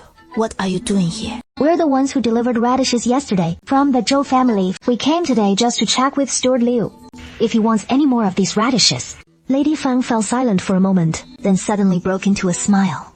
Ah, so those radishes are from your farm. Yes, that is right. All those radishes came straight from our fields. That radish is so crisp and sweet. I just love eating it. I was just about to ask Butter Liu to get some more, but here you are already. Of course, Madam Fang, we'll bring you more radishes tomorrow. Sounds good. The leaves sway. Suddenly, a breeze drifts in, carrying the fragrance wafting from Du Wanshen. The scent floats right to Madam Fang's nose. Did you catch that fragrance? Madam Fang, you've smelled it. That scent, it is divine. Where is it coming from? Yeah, Madam Fang, is this what you mean? She sniffs it and immediately smiles. Yes, that is it. Exactly. This is the incense burner my mother just made. Would you like to give it a try, Madam Fang? Madam Fang, do you like the scent? You really made this incense burner? Indeed, we did. Such fine craftsmanship. It is even better than those tributes from the western regions. It is not just the skill. It is the local terroir that makes the flower scent so perfect. This Chang'an County, it is truly a wonderful place. May I have this incense burner? If the lady likes it, we can simply give it to you. The Fang family never accepts gifts without reason. Since you've gifted me this incense burner, I'll return the kindness with a modest token. With that, she turned to her senior maidservant behind her. Fetch me 5 taels of silver for this young lady. 5 taels? Madam, isn't 5 taels a bit much? Not at all. I often pick up a fine incense burner on a whim, and that runs 10 taels. Our deepest thanks, Madam Fang. Du Wancheng and the mother, Zhou clutched the silver and clapped in delight. That wasn't just a dream, was it? Mother, go on. Feel it for yourself. This silver. Oh, Wenchen, we're so lucky today. Our very first incense burner sold just like that. That is right. Mother, your handiwork is superb. Buyers will come flocking. Let's hurry home and make a few more incense burners. Okay, Mother, and pick some more flowers on the way. The two were talking. The 2 chickens that Mrs. Fang sent them clucked up. I saw the 2 old hens butt to butt. Clucked 2 eggs. Yeah, this old hen laid eggs. At this time, the 2 old hens crowed again. They hold their heads high. After a while, 2 more eggs were laid. This old hen usually lays at most 1 egg a day. These 2 hens can really give birth. I have 2 in my life. The old hen's buttocks tilted. Roll out another egg. The chickens of the Windy Master can really be born. When the carriage arrived at the doorstep, Aunt Zhou took her clothes and went home wrapped in more than a dozen eggs. Zhou! Wind! Come out to eat eggs soon! Mother, I'll take it to the house and cook it. Sir, look, what is this? Yes, Mrs. Fang bought our bottle of incense burner for 5 taels of silver. That is great. 10,000 springs. Recognize the abyss. Don't be busy. Come and rest and wait for the eggs. A few months ago, their Zhou family can't even eat. I can only eat some sweet potatoes and brown rice sent by others. Mother, so delicious. This flavor, eat slower. After finishing the eggs, the whole family hurries off to pick radishes and making incense burners.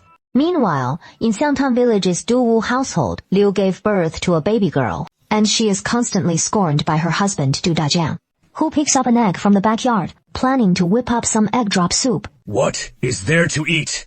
No kid in that belly of yours anyway. So eating it would just waste a good egg. You brute! How dare you treat me like this? I'm heading to the magistrate's office to sue you! Go ahead, file that suit. Hurry up. Don't think marrying off your girl to young Master Li makes you so superior. 'Cause from what I see, the Lai family looks down on her plenty. So what if they do? It is still worlds better than your girl tying the knot with that rattling poor Zhao clan. And Du Dajiang's just biding his time to watch it unfold. 'Cause my daughter end up far richer than yours someday. How can you even say that? If it weren't for you, my Wanshen never would have ended up married into your sorry bunch. That pipe crashes down hard on Liu's head. You actually hit me! So what if I did? You've brought nothing but misery to our family, and I haven't even kicked you out yet. You ought to be downright grateful. Master Daniel, just you wait! I'm off to find my daughter and son-in-law and have them come back me up! If you've got the guts, then go ahead. Don't you dare come back. Liu Shi set off, and it took a full hour or more before she finally reached the gate of Magistrate Li's residence. Who are you? I'm the mother of your eldest young mistress. I'm here to see your eldest young mistress.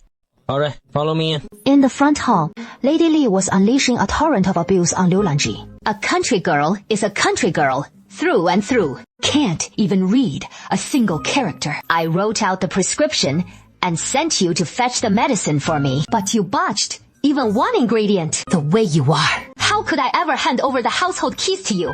Madam, it was the medicine itself. I didn't misread the prescription. The apothecary must have filled it wrong. You've got some nerve, daring to talk back to me like that. Oh, right. Tomorrow, Yue Hong will be brought into the household. Madam, we've barely been married a month, and you're already having my husband take a concubine. What is so wrong with taking a concubine? Isn't it perfectly normal for a man to have 3 wives and 4 concubines? What are you in such a rush for? Given your lowly station, elevating you to principal wife was already unprecedented. What? You even want to meddle in your husband's taking a concubine? Liu Shi, who had followed the household servants through the gate, had just caught sight of that very scene. In-law mother, these 2 children have only been married for less than a month. How could you allow your son-in-law to take a concubine? How do you run things around here? How did you let this rustic bumpkin in? This lady says she is the mother of the eldest young madam. Yes, madam, this is my mother. So it is your mother, eh? I thought she'd barged in here begging for scraps. In-law mother, my daughter is, after all, the eldest young madam of your Lai household. How could you make her kneel like this in front of everyone? Oh, I'm disciplining my own daughter-in-law in my own home. What business is it of yours? If you think our Lai household isn't good enough, then take your daughter and leave with me right now. In-law mother, our Lanji has always been so sensible. And if she is done anything wrong, I'll teach her myself. Fine. Then go ahead and teach her properly today. With that, the daughter-in-law turned and walked away without a backward glance. Liu Lanji led her mother to her own quarters. And there her daughter was, living in a room fit only for the blind. How come the young lady of the house is stuck, living in the servants' quarters? Mother, the Lai family looks down on me completely. Those first 2 days after the wedding were still bearable.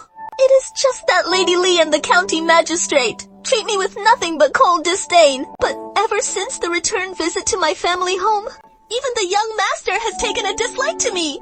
She straight up banished me to this dingy servant's room, and on ordinary days, she won't even spare me a glance. The days I've spent here aren't fit for any human to endure. Not only forcing me into the servants' quarters, but feeding me nothing but their scraps and leftovers, picking fights with me over the slightest things, whether there is a reason or not, making me kneel on the floor, or slapping me across the face. Lanjia, just hang in there a little longer. If you want to turn the tables on Lady Li and the county magistrate, you've got to win over the young master first. Once you're carrying the young master's son, they'll have no choice but to hold you up on a pedestal. The young master hasn't come near me since our wedding night, and he hasn't touched me once since then. You foolish girl! If he won't come to you, then you need to find ways to draw him in. Use every seductive trick in the book, just like I did to luring your stepfather back then. All right, Mother, I'll give it another try. After the two had reached an agreement, Liu then shared with Liu Langji the matter of Du Dazha. My daughter-in-law, he is truly heartless. You've been married to him for several years now. How could he just raise a hand against you like that? Lanji, my dear, your mother's fate is what it is. But you must make the most of your life. Hold tight to your husband's heart and keep his family fortune firmly in your grasp. Eldest young madam, the young master has returned. Why is the eldest young master back so early today? The eldest young master brought someone back today. They say she is carrying the young master's child. You mean your daughter is with child? Yes, eldest young madam. I heard the eldest young master sent someone to check her pulse. That girl is indeed with child, and it is very likely a boy, from what I hear. Mother, what am I supposed to do? Not long after, young Master Li sent someone with a message, saying they wanted to send Liu back home. They claimed it was inconvenient for her natal family to stay at the estate. So after a few words of advice to her daughter, she departed right away. As Liu made her way back to the village, she happened to pass through Changliu village, and faintly caught a peculiar scent wafting in the air. No matter how flawed the Lai family may be, it is still better than this Zhou family. Husband, you stayed up all night yesterday, didn't you? Wanchun, I'm planning to take this round of the imperial exams. But really? Yeah, really. In just a few more months, the provincial exams will be here. The provincial exams are in August, and it is only March now. Husband, you've got a full 5 months ahead. During these 5 months, just put in a bit more effort, and you'll surely pass with flying colors. Wanchun, if I can pass this time. What is the matter, husband? She pulls him into her embrace. Would you bear me a child? Don't be scared. If you're not ready, I won't press you. Husband, we were properly wed through matchmaker and rights. So where is the forcing in that? Since my lady consents, then I'll redouble my efforts to make it all come to fruition soon. The Zhou household springs back into bustling activity. In their modest little courtyard, chicken and duck eggs are scattered every which way. Oh, my little darlings! How did you lay so many? Oh my, all these eggs. Enough to feed a family for days on end. The cat's curled up asleep with the dogs and hens. I'm not turning into a fox spirit. Am I? Never mind the spirit nonsense. Let's gather up these eggs first. Okay. In no time, the mother and son had gathered a whole basket full of chicken and duck eggs. Mom, when we head to the Fang residence today to deliver those radishes, should we bring some eggs along? Of course we can. We've got so many, and we can't eat them all anyway, so we can trade a few for some copper coins. After finishing breakfast, they loaded the 2 new incense burners and the tower box that Aunt Zhou had just made into the carriage. Inside the Fang residence in Chang'an County, today, a group of ladies are admiring the flowers in Madame Fang's residence. Madam Fang, you smell wonderful. It smells divine. What perfume are you wearing? It is a new rose-scented perfume I just bought. Not only does it have a lovely scent, but it also helps calm the mind and promote sleep. Madame Fang, where did you get this perfume? What a coincidence. It was from a countrywoman who delivers radishes to my household. She sold it to me. A countrywoman. But that countrywoman works in the fields all the time, covered in dirt. Can you really use something she made? You can't say that. Countrywomen make a living with their own skills, and there is nothing shameful about that. The stuff we make is just as good as those big incense shops in the capital. Mrs. Fang, does that girl still sell those incense burners? My big brother has been having trouble sleeping lately, and I was thinking of getting some to send his way. Miss Zhang II's big brother is none other than the renowned political talisman. They're coming by today to drop off some radishes for our family when they get here. I'll put in a word for you. Thank you so much, Mrs. Fang. It wasn't long before Du Wanchun showed up at the Fang family's back door with radishes and fragrant essences in tow. Miss, hold on a second, you two. Our lady wants a word with you. All right. Thanks, Mrs. Liu, the housekeeper. We've brought the radishes. Miss, you got any more of those incense burners, like the one you sold me last time? Lucky for you, my mom just whipped up 6 more. Mrs. Fang, you're looking to buy some. It is not for me. It is for them. That is right, miss. We'd like to get some of your incense burners. Mrs. Fang, we've got all the incense burners right here. That is the one. Just this scent. Miss, how much silver for one bottle of your fragrant essence? I picked one up from you for 10 tiles of silver. So naturally, it'll be 10 taels for you folks too. 10 tiles, it is. If that is too steep for you, then this young lady can just head on back. Yeah, ladies, if none of you want to buy any, then I'll just head back now. I still need to hurry and sell our family's eggs and duck eggs. Hold on, girl. Bring me a bottle of that fragrant dew. Madam, here you go. Please take it. Girl, this fragrant dew really smells divine. Could you spare me another bottle? The other ladies panicked right away at the sight. Oh, second, miss. This. There are only 5 bottles total. You've already taken one, so please don't fight us for the rest. All right? Exactly. With 4 left, that is one for each of us. Lady Li's spot on. So since that is the case, 1 bottle each it is. What do you think, girl? Of course. Sure thing. The girl passed a box of tower incense to Zhou Riyuan in the carriage for Du Wangchong. You hand these over to them. Madam, here is a sandalwood tower box. My mom just finished making. If you like it, feel free to take some home. Dear ladies, these tower incense sticks are crafted from the finest sandalwood, and we've blended in our secret family formula. Not only does it amplify the scent, but it lifts your spirits, brings peace and soothes the mind. Plus it nourishes your health, circulating your qi and blood. It'll leave you glowing with vitality. Top grade sandalwood. It is truly top grade sandalwood. Where are you folks from? Our field just happens to have a sandalwood tree. Your Zhou family sure is lucky to come across such fine sandalwood, and your mother's craftsmanship is spot on. This incense is so finely wrought. Its scent richer than the usual fare. The quality is truly exceptional. Is it really that wondrous? Consider these a little gift for the ladies. If the ladies take a fancy to them, come find me for more next time. Very well. We'll take some and give it a whirl. You mentioned earlier, you've got chicken and duck eggs to sell, and it is getting on in the day.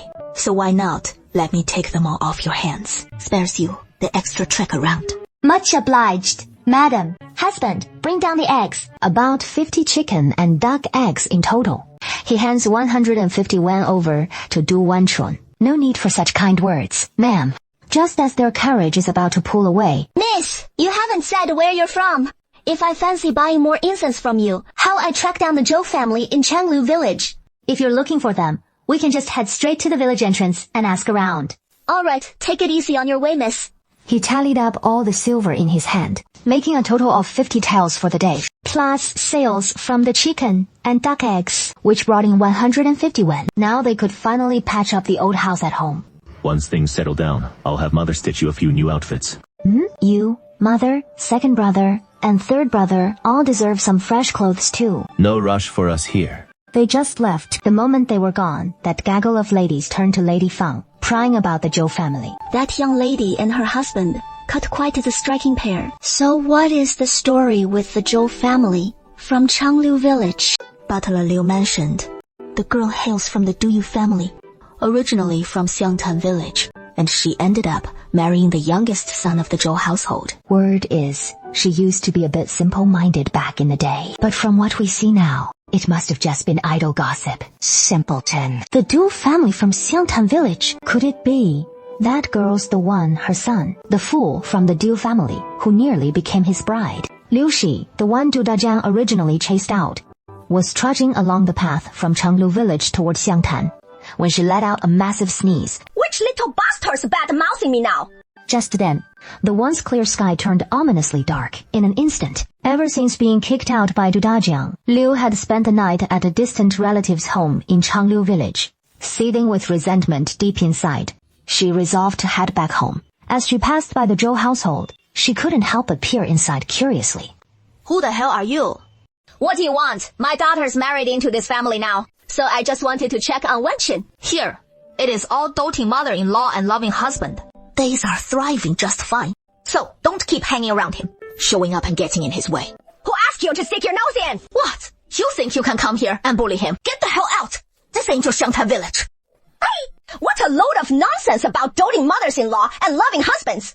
That little wench deserves to be pushed around her whole damn life! She picked up her pace and bolted forward. But in her haste, she didn't watch her step and tumbled straight into the cow dung pit. Every time she struggled, the muck would splash right into her mouth. She scrambled and crawled her way home to the doorstep, desperate to find some water to clean herself up. But the moment she flung the door open, there was Zhu Dajiang tangled up with some other woman. What the hell are you doing? Didn't you leave? Then, why'd you come crawling back? Who the hell is this woman? What the hell are you doing? Sister Liu, can't you even see this? Don't you know it better than anyone? You filthy slut! Just wait till I beat you to death, Brother Dunan! Du Dajiang glared at Liu with utter disgust and slapped her hard across the face. I've stuck with you for years, after all, and I even gave you a daughter. How could you treat me like this? You still dare bring up the daughter? I let you through the door in the first place, just so you could bear me a son. But no, you had to go and give me another girl. Since you can't produce a son, don't blame me for finding another woman who can. You two cheating whores! Just you wait! I'm not leaving here quietly. I'll cling on here till I drop dead! Fine, stay here if that is what you want, but don't expect a single bite of food from me. Fine! Then I'll haunt you to the bitter end! Du Dajiang scooped up the woman on the bed and headed to the room next door. These two rooms aren't well soundproofed, so she could hear every sound coming from next door. It made her grind her teeth in rage. While the Du household was thrown into utter chaos, over at the Zhou place, the family was happily gathered, counting their silver. Mrs. Fang is really a good person. If it weren't for her, we might not have sold this incense burner. Yeah, Mrs. Fang truly is a woman of the world. But most of all, we owe you our thanks. Wanchun. Why? Thank me. These incense burners are all thanks to Mom believing in you. If it weren't for your craftsmanship, Mrs. Fang might not have taken a liking to them either. Of course. We have to thank you. I never thought I could make incense burners like this. It is nothing. It is mainly because Mom trusts me. If Mom didn't believe in me, she wouldn't have stuck with me to make these incense burners. You're such a good kid. Early the next morning, Aunt Zhou took the silver to the neighboring village and bought half a pig, cotton and the fabric.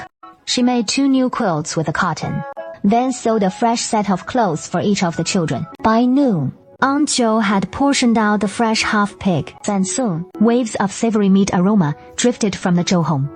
Chen Tianyu next door at the Chen place caught wind of the meat scent. Utterly astonished, craning his neck. Did you catch that meaty smell? Oh, I sure did.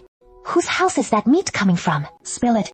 Qiuju's drooling with greed. Her mouth's watering so bad. It is every villager's wildest dream, getting to eat meat. Mom, Dad, it is second aunt next door chowing down on meat. Her family's finally able to afford meat. Yeah, looks like second aunt's family is getting by better and better. Bet your second aunt finally landed herself a man. Or how else could they be eating meat like this? That is enough! You dare talk back to me? If you don't like the food, then just get lost. Hey, Chen Tianyu! You're crazy, say that again! She bit her lip and sat back down nice and quiet, not daring to utter another word. In the Zhou family courtyard, Wanchun, Ruyuan, Zhao and Feng have come for dinner. these pig's trotters are a real treat from heaven. Here you go. Dig in. Eat more. Thanks so much. The whole family savors it with pure bliss. Not long after, a guest shows up at the door. Is Miss Liu home? Who is asking for me? It is Butler Liu from the Feng Mansion. Butler Liu, what brings you here? I've got some big, happy news for you, miss. What kind of big news? Didn't you sell some incense burners to those ladies last time? Our master just loves the incense burner you sold, and in that distant land. So I'd like to propose a deal to you, miss. A sure win, no lose proposition. What sort of deal is that? Our master has set his sights on your family's craft, and he'd like to invite you to the Feng household to craft incense for us. We'll set up a shop, selling nothing but your incense, and we'll pay you a steady monthly wage. What do you say? Butler Liu holds up 5 fingers. 50 tiles a month. But such an offer from Butler Liu just won't do. It is not fitting. Since Master Feng has made it clear he wants our craft, he must be serious about entering the incense trade, though the Zhou family isn't one to be taken for fools. A month's wage wouldn't even cover a few fine incense burners, so why not make and sell it ourselves? I know exactly what you'll say next. The Zhou family has no shop, No steady customers. The business would never get off the ground. That is why I've got a plan that works for both sides. What plan? Master Fang would provide the shopfront and clientele for our Zhou family, while our Zhou family supplies the premium incense, and we split the monthly earnings. 20 to 80, them taking 20%, US 80. All right. I'll pass your proposal along to our master and see what he has to say. Of course, if Master Fang turns it down, that is fine. Our Zhou family won't push it. You're a sharp one, you young fellow. With that, he shook his head, stepped out of the courtyard, and climbed into a carriage to depart. 如约, what was all that about just now? What 2? What 8? Nyang. Hubby means the silver we'd earn partnering with the Fang family on this venture. They get 20%. We take 80, so nobody's taking advantage of anybody. It is way better than just drawing a wage from them.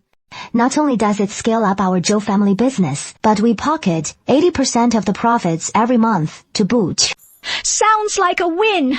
And best of all, we wouldn't have to handle the business ourselves. Yeah, though we won't know till Master Fang weighs in. When Master Fang got wind of the news from the Zhou family. Okay, we'll go along with what they want. We'll supply the storefront and the goods, and take a 2 to 8 split with them. Is the master really going to agree to this? We're no strangers to the incense trade ourselves. And with premium sandalwood like this. I first caught its scent in the palace over a decade ago. Yes, in the palace. I still remember the emperor performing the incense rite. If we could bring this sacred incense to the capital, then extend it to the imperial city itself, become a fixture in the imperial court, that would change everything. But can this incense really make it to the capital? With my connections, of course it can. This deal with the Zhou family is a sure win. No matter the split, nothing to worry about. Butler Liu lights another stick of tower incense for Master Fang. I remember Madame Lu, the eldest of the Lu family, was unmatched in the art of incense making. Such a shame she passed so young. It is the Lu family whose property was confiscated. That is the Lu family. Across the entire Xuanyue kingdom, only the Empress's maternal family truly masters the art of incense crafting. 3 days later, Still de Liu arrived at the Zhou residence once more, bearing good tidings. Miss Da Yu, the master is granting you that shop on Southwest Street in Chang'an County, and he'll also arrange a clerk for you.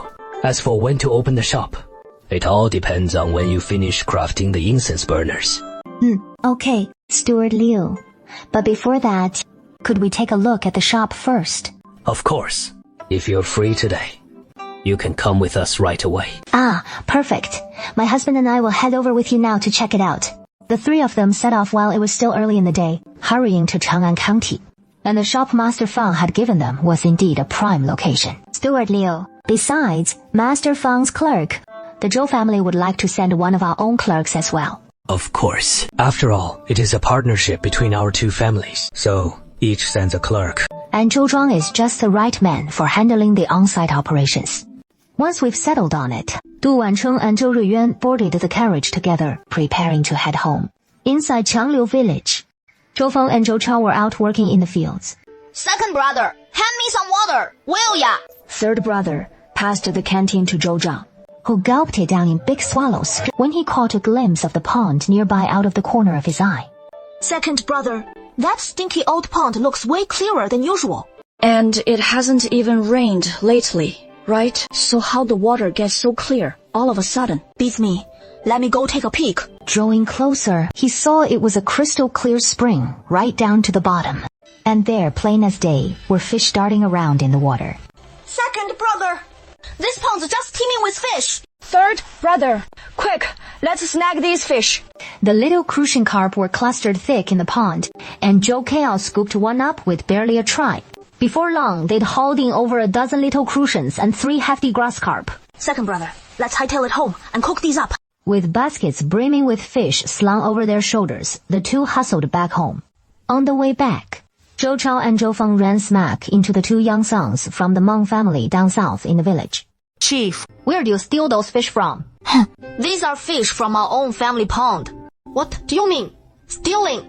Uncle Wu, if there is no rain in your neck of the woods, that pond reek just like a shit pit. How the hell could there be fish in there? If you don't buy it, whatever. Chum, ain't that the little blind fella? So now your peepers can snag fish too, huh? Huh? What are you up to? We're not up to a damn thing. We just can't stand the sight of you. Wanna give your sorry asses a good whopping. What of it? I'm telling ya, best not to piss us off, or else... Or else, what? You gonna beat us up or something? Ouch. No sooner had the words left his mouth than a fist smashed into his face. Who the hell punched me? It was Zhou Feng, face like stone. Hey, this little blind punk knows how to throw a punch. Just you wait. How do you win? How exactly you planning to do me in? Meng the Fourth jumped back in shock, glancing down at the sickle pressed to his throat. Yeah, you dare. He pressed down harder. A slash right across Meng Lao's neck, slicing a gash right there. Don't let go like that! Zhou Feng! Calm down a bit! If you keep cutting down like that could end up killing someone! You want me to just let go? You too. Get on your knees and kowtow to us twice. Hey, no dice! I'm not falling for your little tricks! Meng the Fourth let out a terrified yell, and he straight up peed himself in fear. Fourth, brother. Meng the Fourth hurriedly dragged Meng the Third over, and they seriously kowtowed twice to Zhou Feng.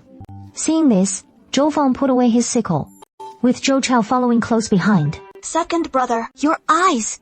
They're better now. Yes, they're good now. When Meng the Third shoved me just now, I suddenly felt this sharp sting in my eyes, and when I opened them again, I realized I could see everything crystal clear. That is amazing! Second brother! Your eyes can finally see again! All this time, everything's been so blurry. It has been really tough not being able to make things out clearly. Good thing. It is all better now. Second brother! Let's get back home and share this great news with Mom. The brothers headed home together, buzzing with excitement. Mom! Big brother! Big sister-in-law! Kaor, where'd you get all these fish? We caught them in the pond right by the veggie patch. Wow, there are fish this big in the pond. Come on up, Mom. Look at this. And so many little goldfish, too. This is wonderful. Mom, I'll make some nourishing fish soup for everyone later. Mom, and there is even better news. What great news. Mom, my eyes are completely better now. I can see everything so clearly. Yes, Mom.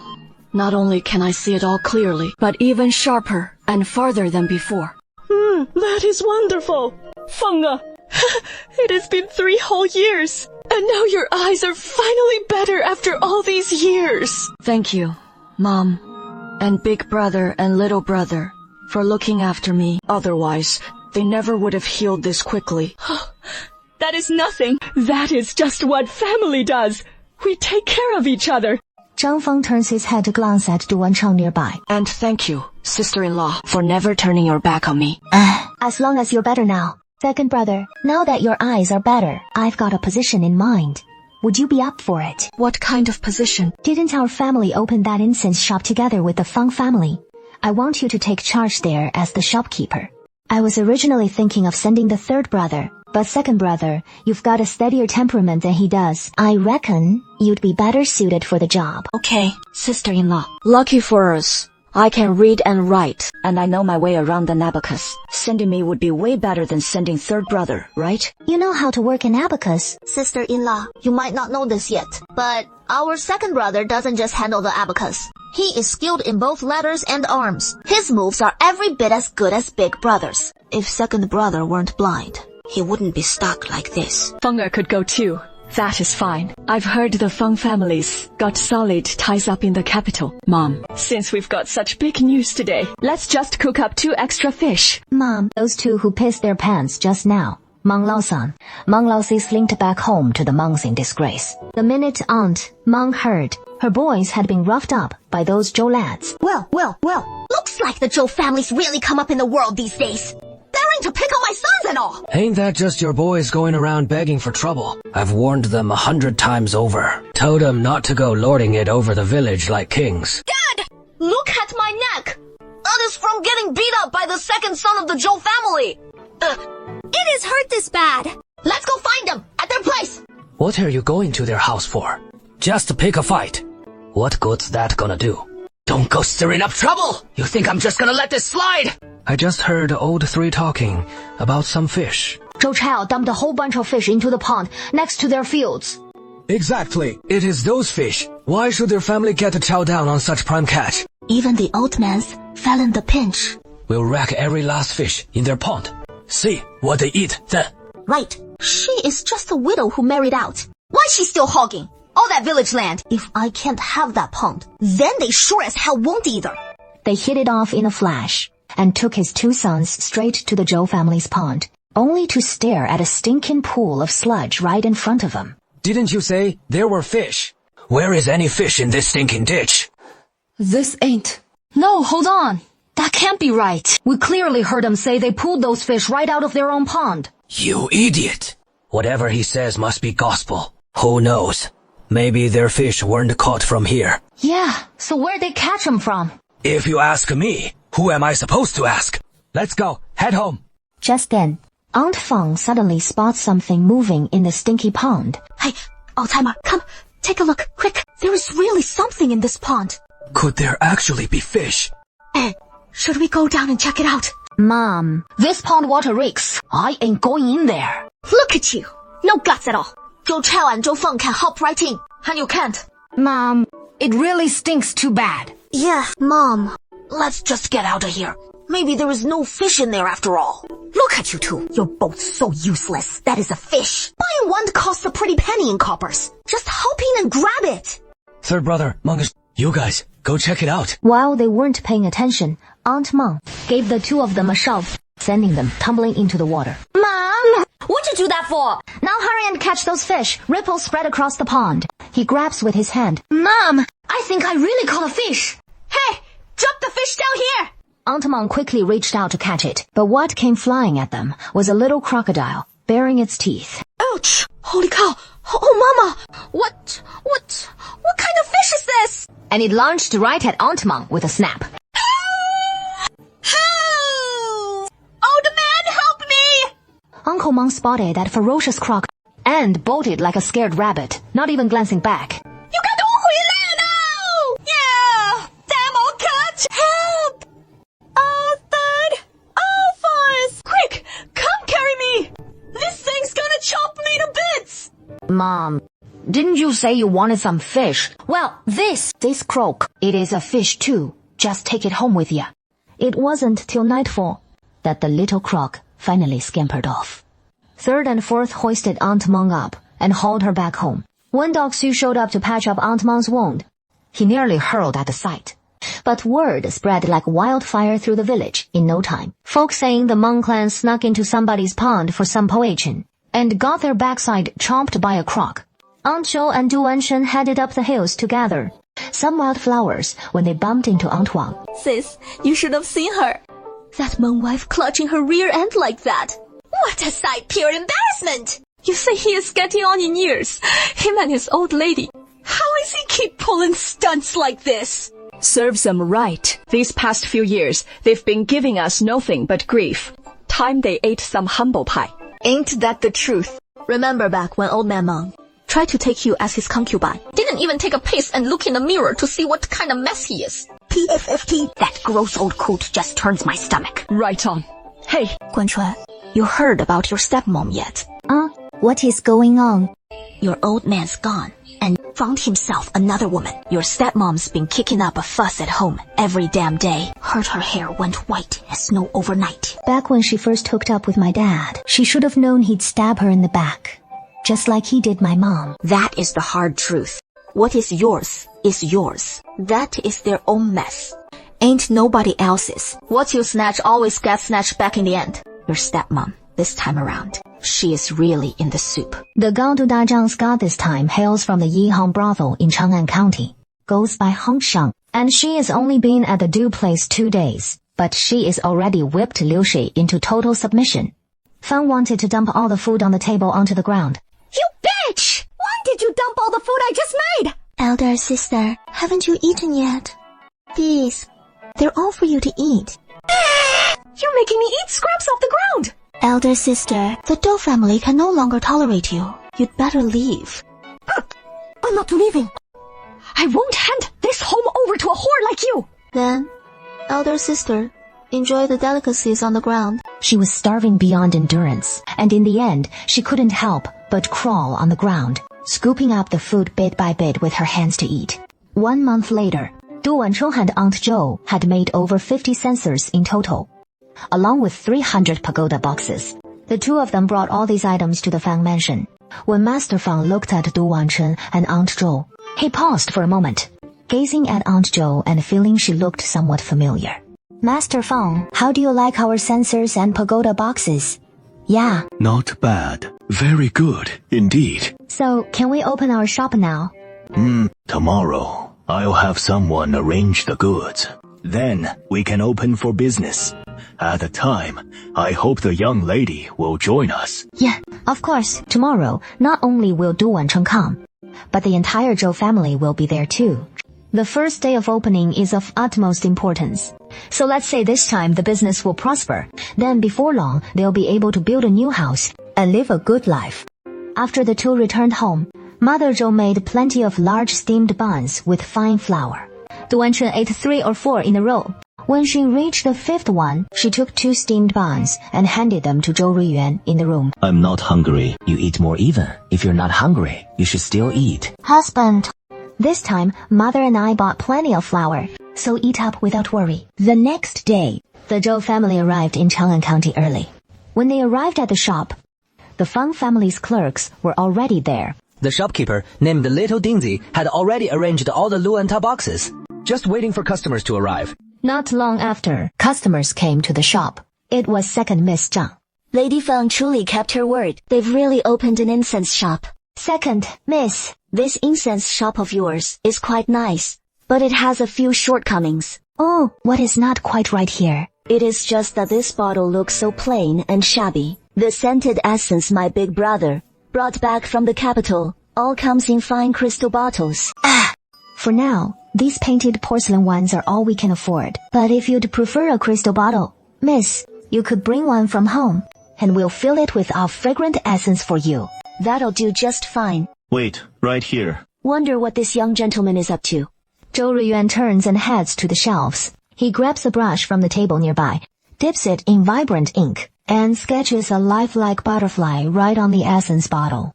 I'll take this one. That bottle of essence fetched a full 10 taels of silver. Before long, folks start pouring into Wancheng one after another. But pricey scented essence like this isn't for every wallet. Mother's got a clever idea. Mother, remember how I spotted those mint leaves and camphor trees up on the hill last time? How about we whip up a blend using those two, an incense mix anyone can afford? Mint, leaves, and camphor wood. They're both medicinal herbs. So if we work them into the incense, it'll not only carry a delightful fragrance, but refresh and invigorate the senses. Plus, it'll ease swelling and soothe aches, with its cooling touch to calm any itch. Who in ordinary households hasn't been bitten by mosquitoes at some point? Ordinary folks wouldn't turn up their noses at a simple bottle, so we just package it in the simplest little ceramic jars and sell it for 20 or 30 yuan. Auntie, you're spot on. Let's give it a shot. They stuck around the shop till afternoon and managed to sell 5 bottles of fragrant dew in total. That is 50 yuan right there. Du Wancheng had Zhou Feng stay behind, while he tagged along with Auntie Zhou and Zhou Ruiyuan back home. Little did they know, just as the group was about to head out, they ran right into Mrs. Li. Du Wancheng, what are you doing here? This incense shop's run by my family, so naturally, I'm here. You mean you actually run this place? How could that be? You're a fallen son of a wealthy house. Where'd you scrape together the silver to open a shop? Ma'am, are you here for some fragrant dew today? That sandalwood pagoda incense you gave me the other day worked pretty well. I'll take another box. Du Wancheng grabbed a small wooden box from the shelf and handed it to Mrs. Li. How much silver for this box of pagoda incense? Each of our pagoda incense sticks goes for 70 yuan. This box has 15 in it, which comes to about 1 tael of silver plus 50 yuan. Forget the extra 50 yuan. Just one towel will do. Yeah, I'll take it. Sold. Now, this Mrs. Lee might have looked down her nose at Du Wanchun and Auntie Zhou at first, but that milky fragrance he'd sold her last time really hit the spot. Magistrate Lee, who suffered from chronic headaches, felt refreshed and clear-headed after using it. He couldn't stop singing its praises. It left her genuinely impressed, deep down. So, upon seeing Du Wanchun and Aunt Zhou again, he was a completely different person. His demeanor far gentler than usual. As he gazed at his own daughter-in-law, he even wondered whether what the fortune-teller had said was really true. Could this child truly be that auspicious star, the bringer of fortune?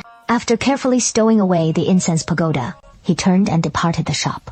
Liu Lanzhi felt trapped in a vicious cycle, harboring hatred for everything about Du Wanchun. Upon seeing her, Mrs. Li remained silent for a long while. Come here, quick! Liu Lanzhi jumped at the sound of her shout, the items in her hands clattering to the floor all at once. Can't even hold on to something so simple. You're utterly useless. Just look at the Zhou family's daughter-in-law. How is she not superior to you in every way? Mrs. Li grew more vehement with each scolding word, utterly forgetting her status as the magistrate's wife. Hurry up and pick those things off the ground for me. Don't you dare embarrass me like this. Du Wanchun watched, sighing deeply. Thank goodness she hadn't married into the Lai family back then. Otherwise, it would be her standing there on the street, getting berated today. Let's go. We're heading home. The family returns home, lights a fire, and starts cooking in the county magistrate's residence in Chang'an County.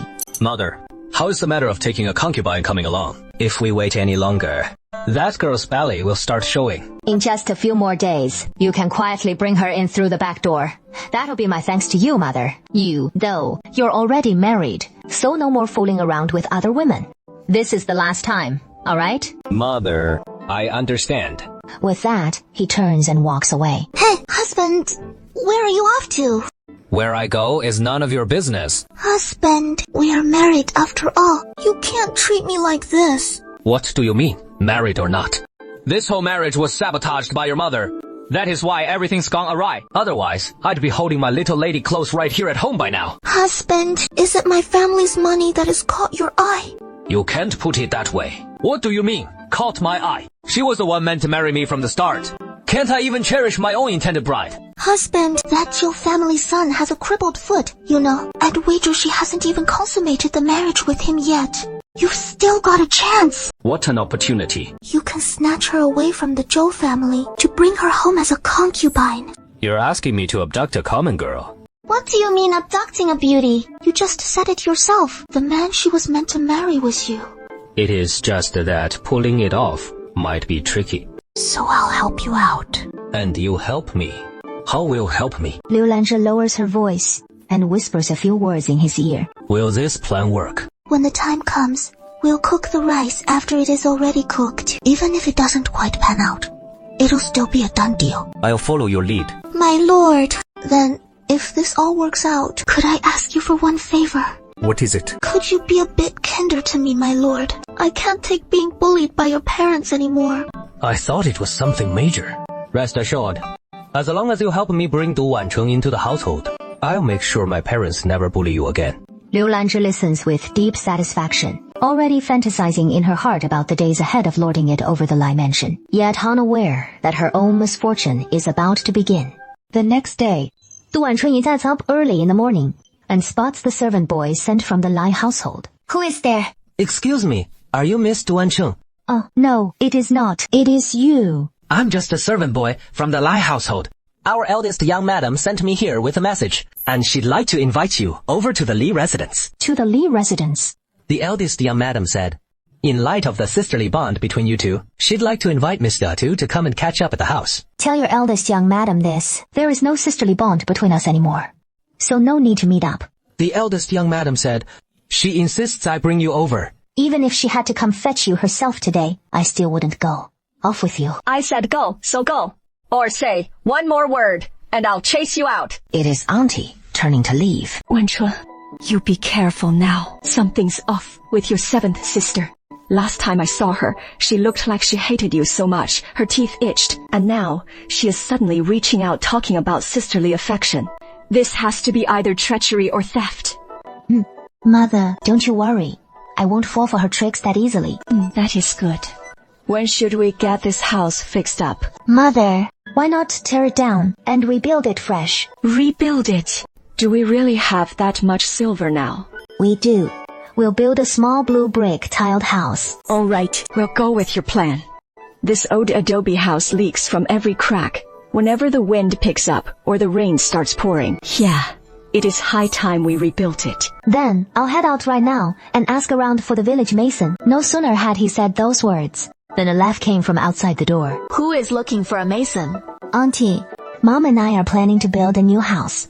That is wonderful. I just happen to know a great mason. So you're fixing up a place, huh? I'll go fetch him for you. Which one did you have in mind?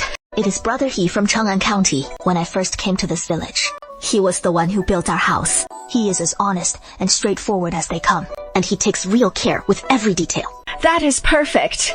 All right, give me a sec. I'll send my old man to track him down. Have him swing by your place and take a good look around for you. We really can't thank you enough. No need to stand on ceremony with me. You know, I really do envy your family, having a son and daughter-in-law who are so devoted and caring. Not like ours. It is down to just me and my old man these days. No word from your boy yet. Is there? Nothing at all. So many years have passed. I've just acted like I never even had this son. Auntie, don't think like that. Maybe he is out there looking for you too. They had a son. It is just that years ago, the boy headed to the capital to seek his fortune, and he never came back. After Aunt Wang chatted with them a bit, she left the Zhou household. The mansion's manservant returned to the estate and relayed Du Wanchun's words to Liu Lanzhi exactly as they were. Fine. So now he has gotten all stubborn, has he? Didn't you say you had a way to get him over to our place? No rush. I've got other tricks up my sleeve. She spoke while scratching at her own face. The day before, Liu Lanzhi had overheard the estate's old nanny mention an ointment that could make the skin look fair and silky smooth, so she had someone fetch a jar right away. But after using it up, not only did her skin not whiten, it started itching like mad. She couldn't let young Master Lida see it and ask, "What is wrong with your face?" Maybe it is just a bug bite. Nothing to worry about. How disgusting, Liu Lanzhi. I'm telling you, no matter what scheme you pull, what you promised me, you'd better make it happen within 3 days. Otherwise, watch out, or I'll make you regret it. Husband, don't worry. Just wait till you take that concubine.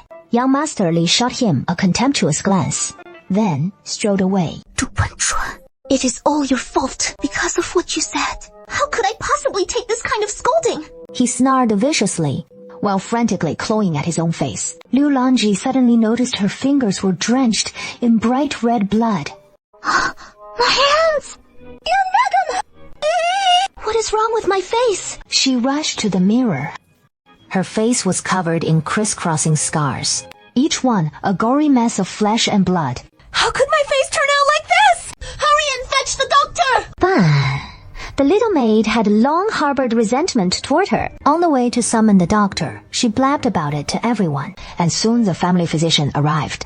Young madam, did you apply some kind of ointment? Or eat something forbidden? Doctor, take a look. Is it this stuff that is the problem? Young madam, this ointment is perfectly fine. It must be something taboo you ate lately. This thing. I'll prescribe a few doses of medicine for you to try. If it works out well, that is all we can hope for. But if it doesn't, I'm afraid from then on. What will become of her? I'm afraid it'll never get better after that.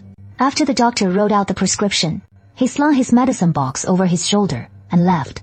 If this face really gets ruined, the young master will probably divorce her.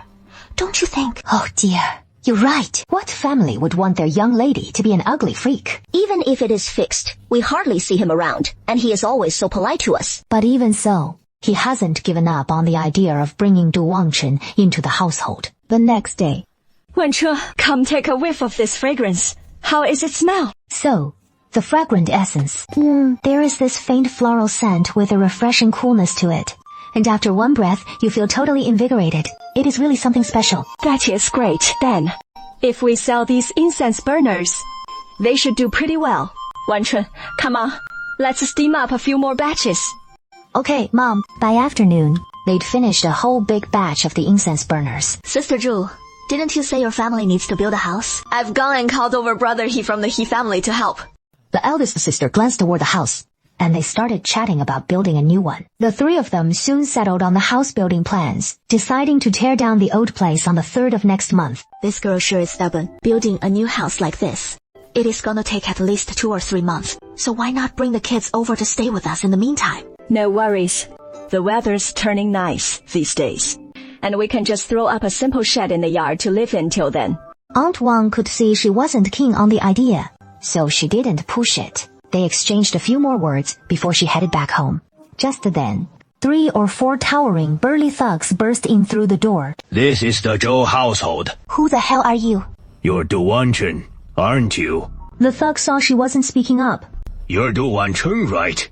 What do you want? Hands off! Who are you people? What do you think you're doing in our home? Someone's paid good silver for us to bring you the bird over. Who is behind it? You'll find out once you're there. What are you all standing around for? Get a move on! Right at that moment, an arrow suddenly whistled out from inside the house, striking one of the thugs square in the arm. Who? There, Zhou Ruyuan slowly emerges from the house. Who are you? I'm her husband. If you want to take her away, you'll have to get past me first. He grits his teeth, grips his broadsword, and charges straight at Zhou Ruyuan. Zhou Ruyuan takes aim at the bearded brute's head, releases the arrow from his grasp, driving it straight into the brute's chest. You've got some guts, you punk! But you're fighting barehanded. Hurry! Let's see who is quicker, you or my blade. He hoists his sword high and swings it in a swift arc toward Zhou Ruyuan. In a blow, he lashes out with his hand, clamping down on the brute's wrist. With a vicious palm strike, he slams the brute's arm, as if shattering it clean in two. Ah! My hand! My hand! Who sent you?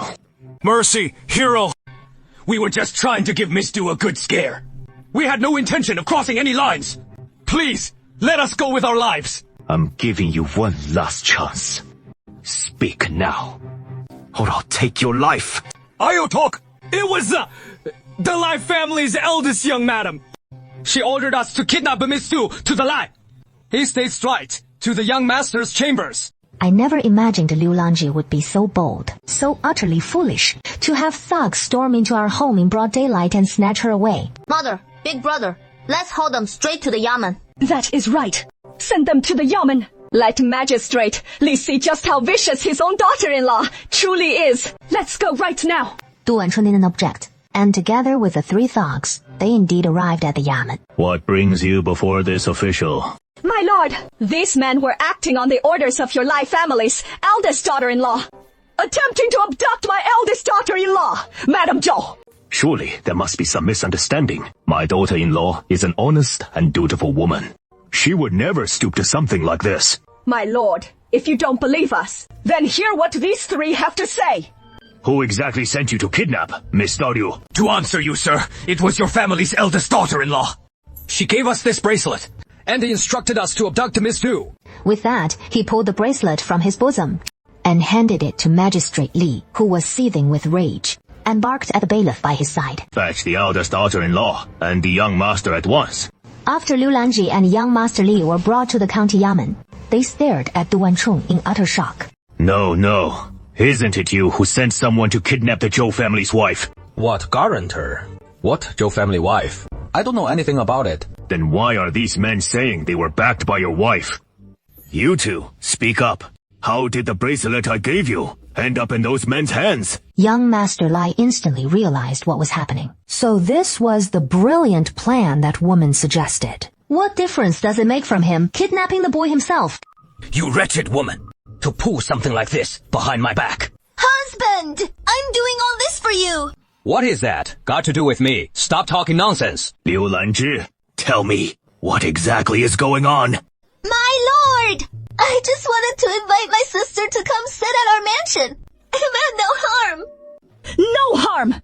No harm! These 3 men came either with fists, raised, or swords in hand. If my sons hadn't been there today, Hao Wanxing would have been beaten black and blue by now. Then he pointed at the bearded leader and said, And he admitted himself that you ordered them to take Wan Chan and tie him up in young Master Li's room. They invited me to come sit in the mansion. This is clearly abducting a common girl. That is right. He made it very clear. After tying her up and bringing her into the Li mansion, throw her straight into young Master Li's room. Magistrate, Li Xiangyi, we were just following orders. You can't blame us for this. All right, I already know exactly what happened. Shorty, drag Liu Lanzhe away from me. 掌打 20 strokes of the cane. But I am your daughter-in-law. You can't treat me like this.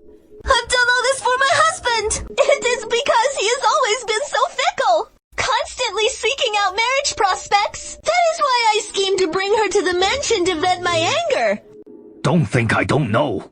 You're doing this out of jealousy toward your rival, which is why you've resorted to such despicable deeds. Magistrate Li immediately cut off Liu Lanzhe's words, ordering the bailiffs nearby to drag her away without delay. Miss, this woman's heart is so vicious, and once those 20 strokes are administered, my son will divorce her on the spot. Though this deed was Liu Lanzhe's doing, it all stemmed from young master Li Da's indiscretions, so the two of them must face punishment together. Miss Duck, my son knew nothing about this. Naturally, it has nothing to do with him. Yes, Miss D. I truly had no idea. It was all Liu Lanzhe acting on her own initiative, wanting to use you to curry my favor. If you hadn't made the request, how could she have thought of using this method to win your favor? Young Master Li, you still dare to claim this has nothing to do with you. Du Wanchun, don't slander me here with baseless accusations. Hi, Lord Li. Are you trying to pervert justice for personal gain in front of all these people? Young Master Li, were you involved in this matter at all? Liu Lanzhe has already admitted it herself, that it was young Master Li who ordered her to find a way to bring my wife to his residence. And from the very start, he harbored a wolfish ambition to forcibly abduct a commoner woman. So how dare you deny it now? If County Magistrate Lai refuses to handle this impartially, then we'll appeal to the Qingzhou Prefecture and have Prefect Zheng conduct the interrogation himself. Prefect Zheng is renowned for his unwavering integrity. I, a proper county magistrate, how could I possibly court my own doom?